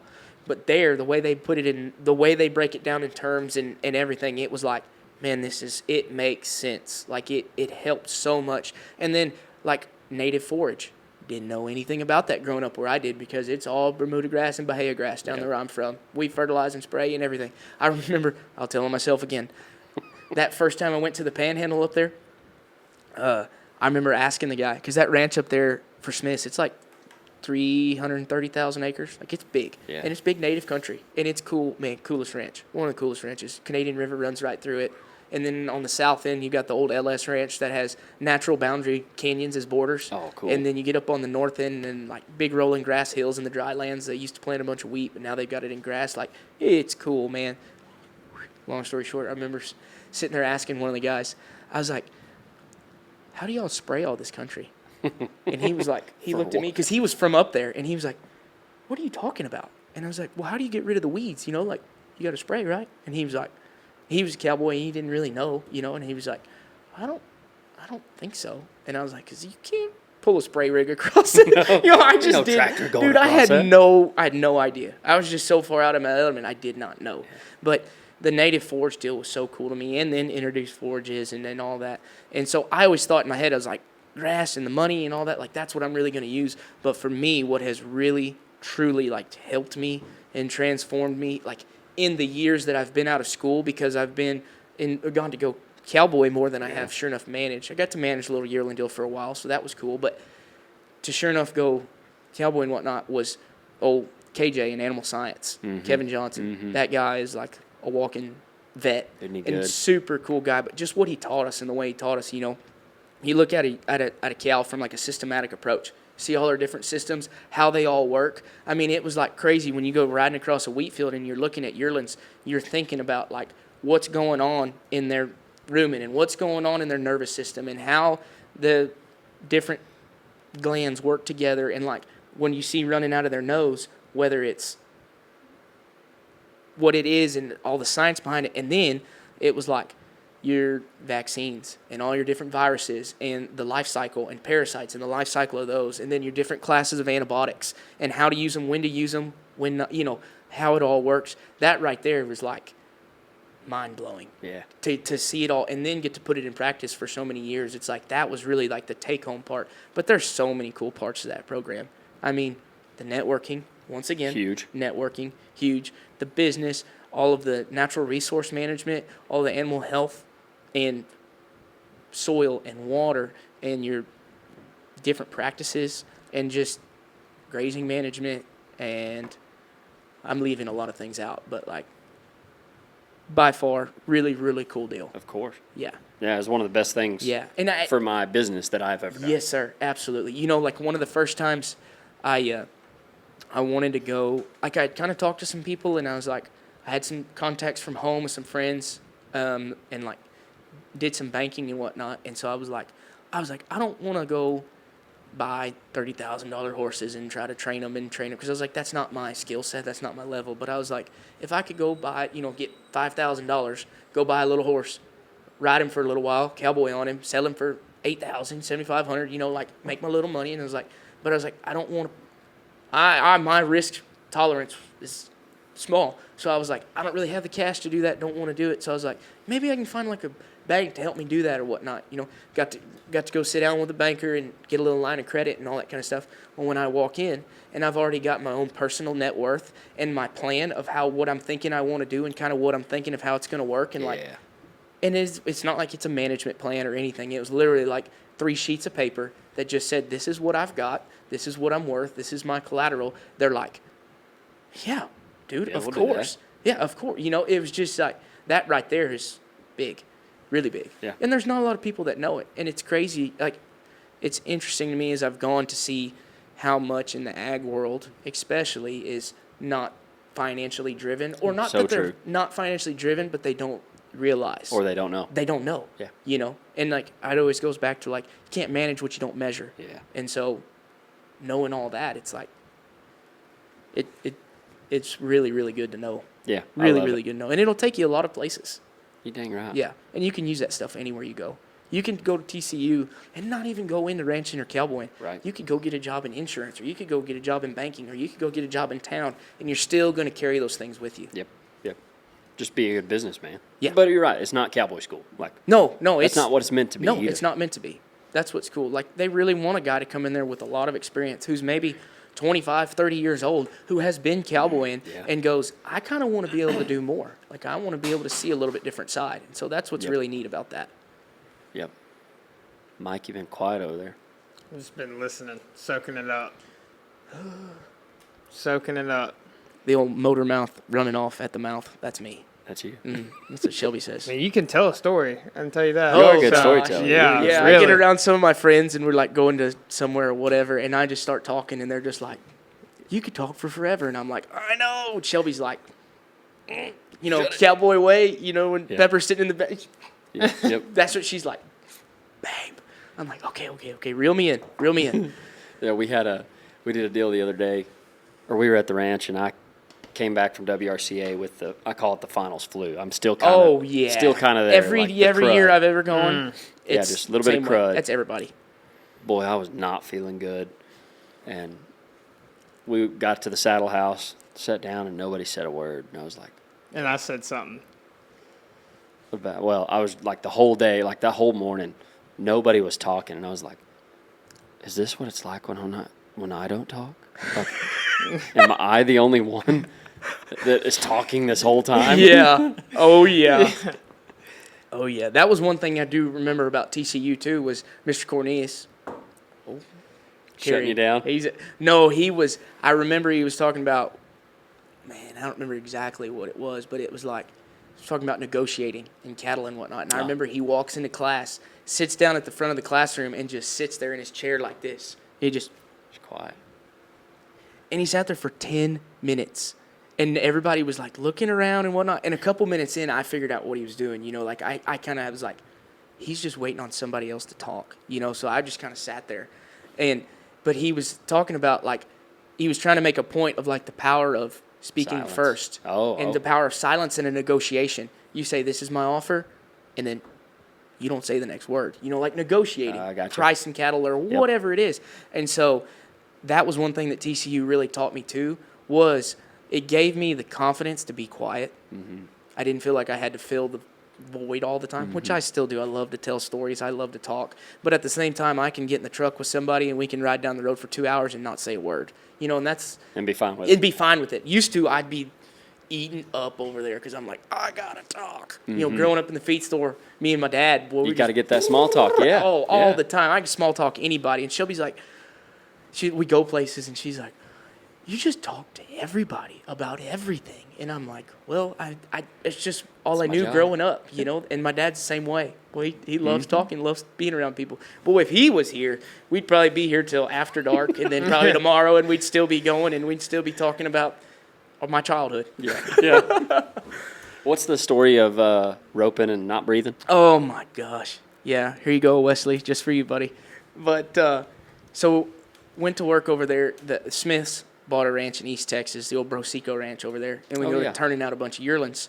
At first, they were going to just fill it full of yearlings. So we get truckload after truckload of Florida yearlings. I mean, we had this thing packed full, like 10,000 yearlings we turned out in like a short amount of time on this place. So it's stuff everywhere, and it's hot, and we're processing, and we're doctoring, and all these kinds of stuff.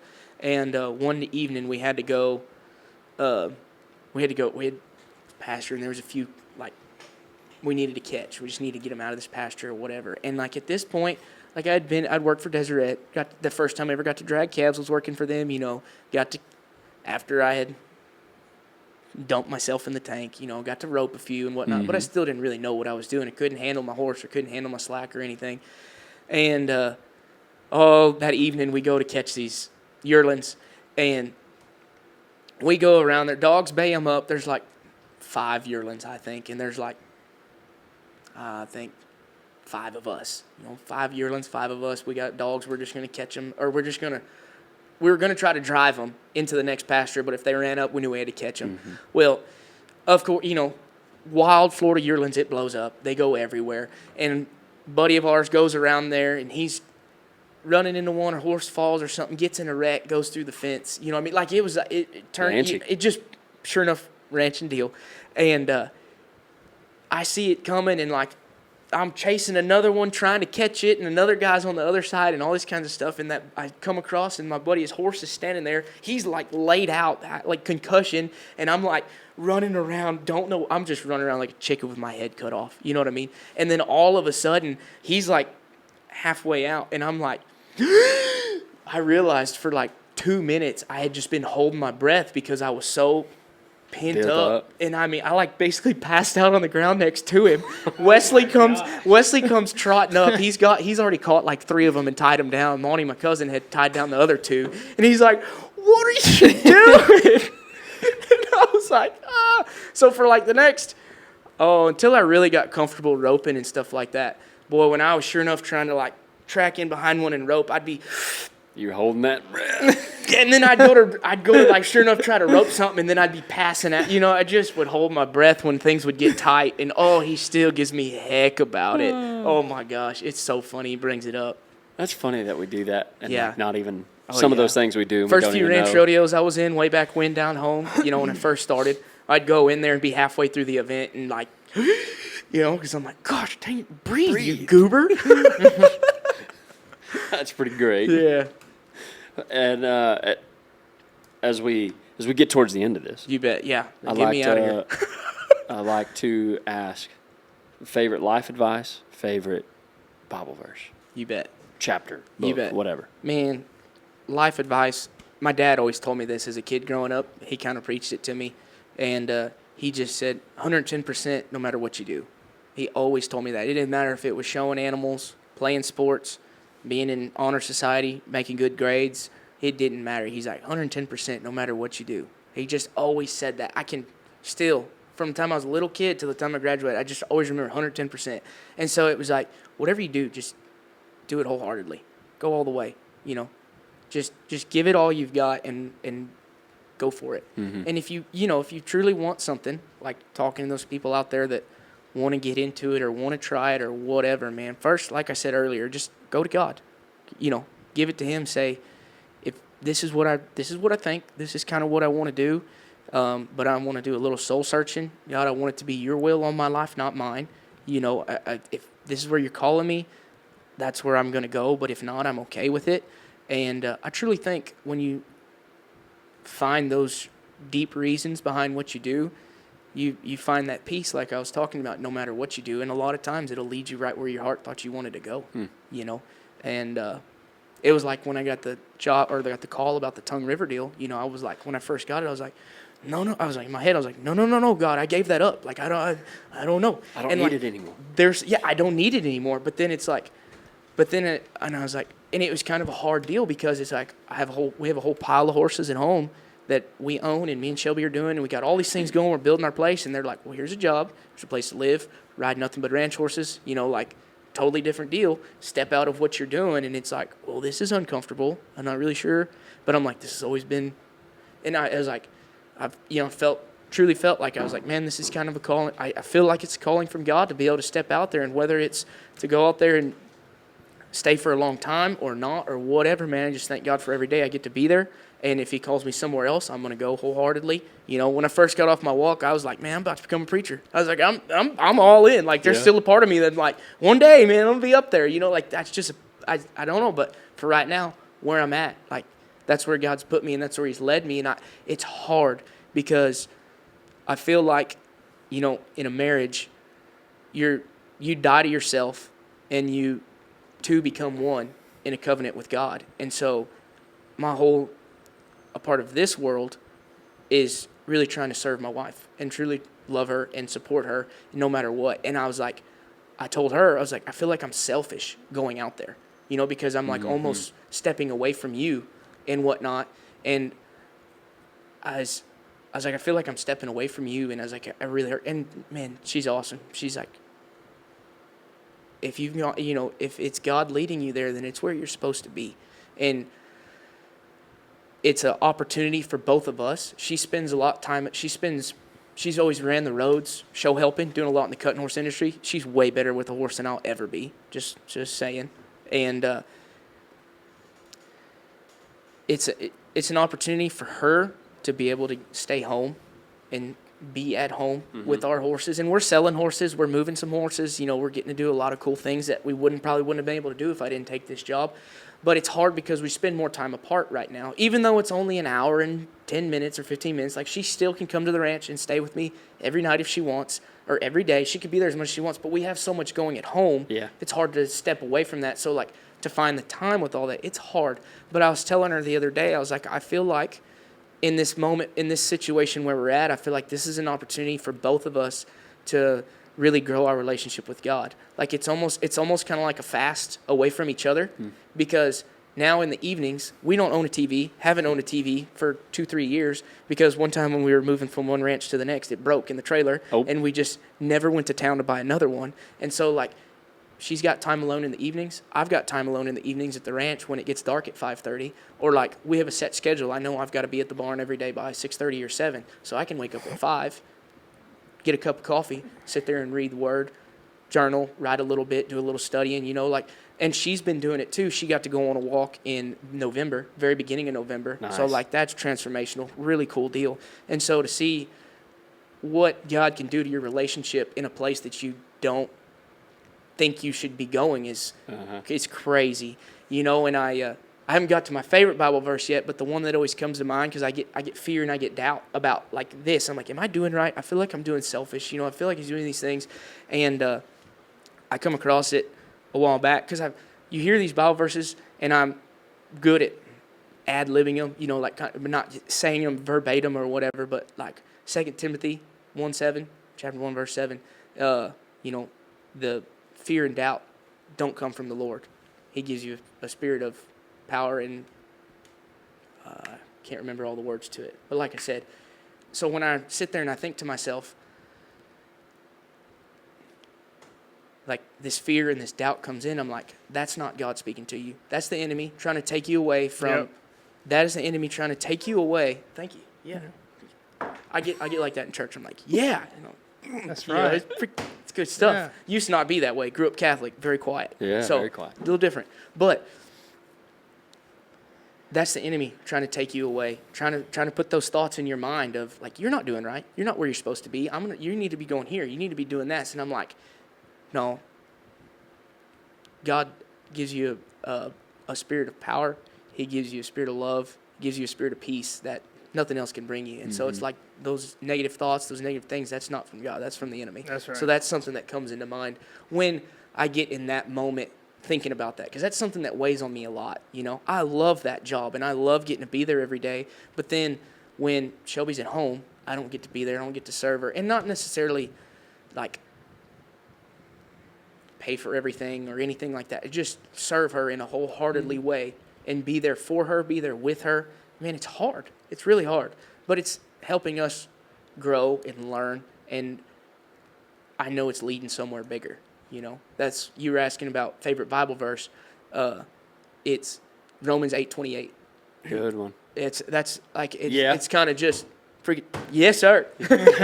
But it's, you know, God is working all things for good who love him wholeheartedly. And that's a very short ad-lib version of it. That's not the King James version. But I truly, truly believe that. Like, wholeheartedly believe that. He is working all things for good for all those who love him and follow him. You know, if you have a bad day or like you get a flat tire or something like that, there is something going on down the road that you don't need to be a part of at that moment. So know that he is working these things for good. We have free will. You know, we get to choose and do our own thing. God doesn't control us. He gave us all these different gifts. He gave us all these things, and he knows every hair on your head and every day that you have and all these things. But at the same time, you still have free will. So get in your word, go to church, pray, get around good, God-believing people so you can try to use your free will in the best way possible for him. But he is doing all things for good in this world. And it's like, man, that gives you a lot of peace, because when you get into talking about what's going on with politics and the screw worm and the EHV with the horses and all these kinds of things, it's like, boy, this is scary. It's bad. There's a lot of evil in this world. There's a lot of bad things in this world. And, like, you've really got to stay plugged in, really got to get in with a good church family, get in your Bible, get around good people, and just trust in God that, like, he's working it for good. and that's something that just resonates with me. And another one is Romans 2:12, where he talks about don't conform to the ways of this world, but be transformed by the renewal of your mind. Yeah. And that one, I really like That's a that one good too. one. Cole and Cody over at Bethel, they preach that one a lot. That's one of Cole's favorite. And it really has always hit home with me about don't be conformed by the ways of this world, because we live in a really broken world. We live in a really cruel world. And so it's like, man, be the light in that world. Be good and be transformed. When you go to open your Bible, don't just open it and read it, Pray about it for a second. Ask the Holy Spirit, talk to me, use me, give me discernment, give me wisdom, just talk to me in a way. Like, when you continually seek Him every day, it's amazing what you see and what He kind of brings to light for you. Any advice on, because I hear some guys, that are, like, they want to be the Christian cowboy. Like, that's like such a cool thing to be. Yes, sir. And, but then they get to work and, like, it's a hard step to be around some tough old leather skinned cowboys. Absolutely. And bring up faith. Yes, sir. That's something that I still struggle with. I can bring it up, I can talk about it with certain people in certain ways, but then there's other times where it's like, I almost feel that inkling, I almost feel that pulling of like, just a little comment or just something about God or whatever, and then it's like, ooh, no, that might not be taken right, that might be taken weird. It might be weird, but I'm like, we're not called on this earth to be there for People pleasing. Exactly. We're not called to be cool. We're not called to be all of that. We're called to be disciples. Fishers of men. Go out and preach the good news. Say the good word, man. I just want to give that peace. And I can't give it to anybody. I can't. Only Jesus can take you there. Through Him is the only way. He says, I am the way and the only way. Mm-hmm. But I just want to let people know that it's there. I want to help them get there. And I just want everyone to have that as a part of their life, man, because there's nothing better. This is a hard world. It's a tough world. And it's like, that's the only thing that can give it to you. And so that's hard. I still struggle with that all the time. But we're called, Sow them seeds. That's what we're called to do. Yeah, exactly. That's it. Yes, sir. Yeah. And so advice for that, man, when you get around that stuff, and like I remember when I first got off my walk, there were some days I was around certain places or certain people, and I've been so blessed to be around such good people, just different jobs. I wish I could sit here and give a shout out to like every single person who has helped me along the way, because it's just like they all have helped grow me and transform me in a cowboy culture and in a godly way and all these kinds of things.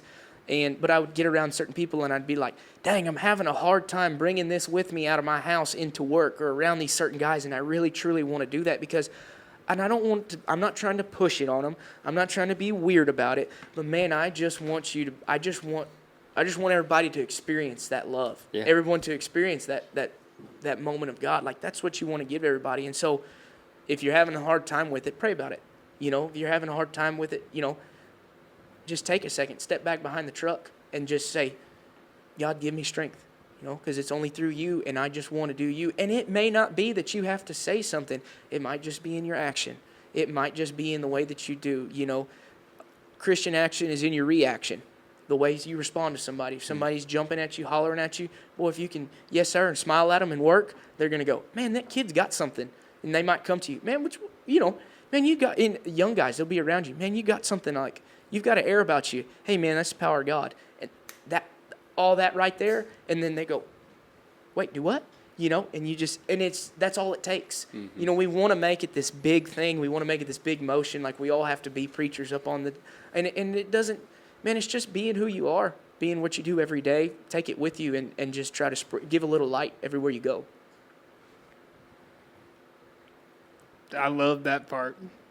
Yeah, you got Mike fired up now. Yeah. He was planning on going on a walk. I am still. I know you are, but we had to pass one. Yeah. You were going to do one in November or something, and December, but it literally covered the days we were going to be at the NFR. Oh yeah. So hey, man, God's timing is always right. That's right. It's always good. I was worried about that. Yes, sir. I was worried about skipping it for it. But it's in his power, not ours. Yeah. You know, the timing is going to be right. I promise you. When you get to go, it's going to be really cool. I know, I'm looking forward to it. Realize, like, man, there was a reason I wasn't on that one that I wanted to go on, and there's a reason I'm right here right now. Because somebody's going to say something that needs to hear what you have to say, and you need to hear what somebody else has to say, and it's going to be really cool. God's grand design for everything is just crazy how everything works. Yep. Like I said a while ago, he's working all things for good. Always. That's right. And then he brought you here to Throckmorton, Texas. That's right. Big Throckmorton. Big old T-Rock. special place. West Texas is the coolest place in the world, man. It really is. I love it here. I love it. I've lived all over the state, from East Texas to down on the coast to up in the Panhandle. Got to What go would out you consider west. Throckmorton? West? Start of West? East? Start of the West. Man, it's tough. Yeah, it's right here. It's Nobody accepts us. cow country. It is cow country, man. Yeah, Oh, it's yeah, so that's cool. what it is. It is it's cow cool country. cow country. And then coming through from Monday on that highway that I come through, because it came from 222. Dumont, 222. Man, all the wheat pasture out Yeah, there. ton I'm of just like, oh my gosh, this is the coolest place in the world. Yeah. You know, like this it just does not get better. I was driving by, and somebody had just jumped a ground load out of fresh cattle on some wheat on a circle, because not very good Yep. dry land right now. Yep. But it's coming. God's working. There's a reason. Got some rain. That's right. We did. And might be more coming this weekend. Come so on, bring it. yes, sir. But man, fresh cattle just off the trailer were trotting down the fence, going to make their little circle and whatnot. And I was just like, it just makes me giddy. I'm like, man, that's my favorite thing in the world. Yeah. Like I, of course, everybody likes dragging calves. Everybody likes all of that. But I'm like, dude, yearlings, it's always hooked me. It's always where I wanted to be. It's always what I wanted to do, and I loved it. Yeah. Got to have some really cool jobs, getting to do it, and just that's awesome. It's good country around here. Yeah. West Texas is awesome. Yeah, it is. I love it. Good people. Mike, you got one that you've been... No, I got the one I always say, but ADHD's a thing. Yeah. But I'll pull it up. Hand it to me. I Colossians still got 3, plenty more stories. 23. Whatever you do, work at it with all your heart as working for the Lord and not for man. Yes, sir. So Yep. Everything you do, no matter where That's you it. go every day. it could be something super simple, but if you're doing it for the Lord, then you're in good shape. Yes, sir. Absolutely. Man, Cord Wieghat. You just became everybody's favorite cowboy, I'm pretty sure. With the best-looking mustache in here. I know. You're Hey, jealous of it? hey, it'll get there one day. Hey, if you want to see it, go to YouTube. We put these on YouTube. That's The right. Registered Ranching That's right. Podcast. You might need some bet. beard balm for that mustache. Oh, yeah. Hey, I y'all ran sell a- that here? Yeah, I do. Hey, come I on. make my own. Look, there you. Yeah, Hey, there's one right there. you were talking about it on the podcast, making your own. That's pretty cool. I make I've mine. never put anything in mine, but I It's know a just- lot of guys that do, and it's it's, just fun. it's cool. Luxurious. Yeah. It's what? What's that word? Luxurious? Yeah, that's a real word. Luxurious? I don't All think- right, guys. We're logging off here. All right. We're gonna put the old How do you pronounce that word? I don't know what word you're trying voluptuous. No, to luxurious. say. Luscious? Luscious. There we go. See, I was way off too. That's when I need to stop talking. Yeah. All right. Okay. Oh, no. What's happening? Oh, did it do it again? Didn't. It oh, did you that on know. one of the podcasts You I know. listened to. You were like, "What's going on? Why is it not linked?" Yeah, Is it off? Oh, no. We can ad lib it. Are you going to sing the song? Dude. Yeah. You're going to sing the guitar part? I'm a singing fool. Nobody knows it. I am. There we go. On that note, Cord Wieghat, thank you so much. Thank I'm you glad we guys made for it work, having dude. Thank you for having That me. was an awesome episode. Sorry it was such a pain to get here, but I do appreciate you Hey, we working weren't with in a me. hurry. I appreciate it. All in God's time. Tell Shelby right. thanks for letting you Yes. come on out here on Oh, your yeah. 2 days that you get to Yes, sir. Yep. stay together. Mm-hmm. Oh, shoot, we'll have to get you a cap, get you some beard balm, we'll kick you out of here. I'm here for it. Thanks for listening to the Registered Ranching Podcast. Hey, give us a review. Helps us get it out there. Give us a 5-star, obviously. Not just a review, the 5-star review. Tucker Brown, Michael Scott, Cord Wieghat. We out of here. Until next Smooth. time, ladies and gentlemen, don't forget, God bless. Y'all stay classy and ranch on them. Oh, mustache. Time for an awesome burrito. You bet.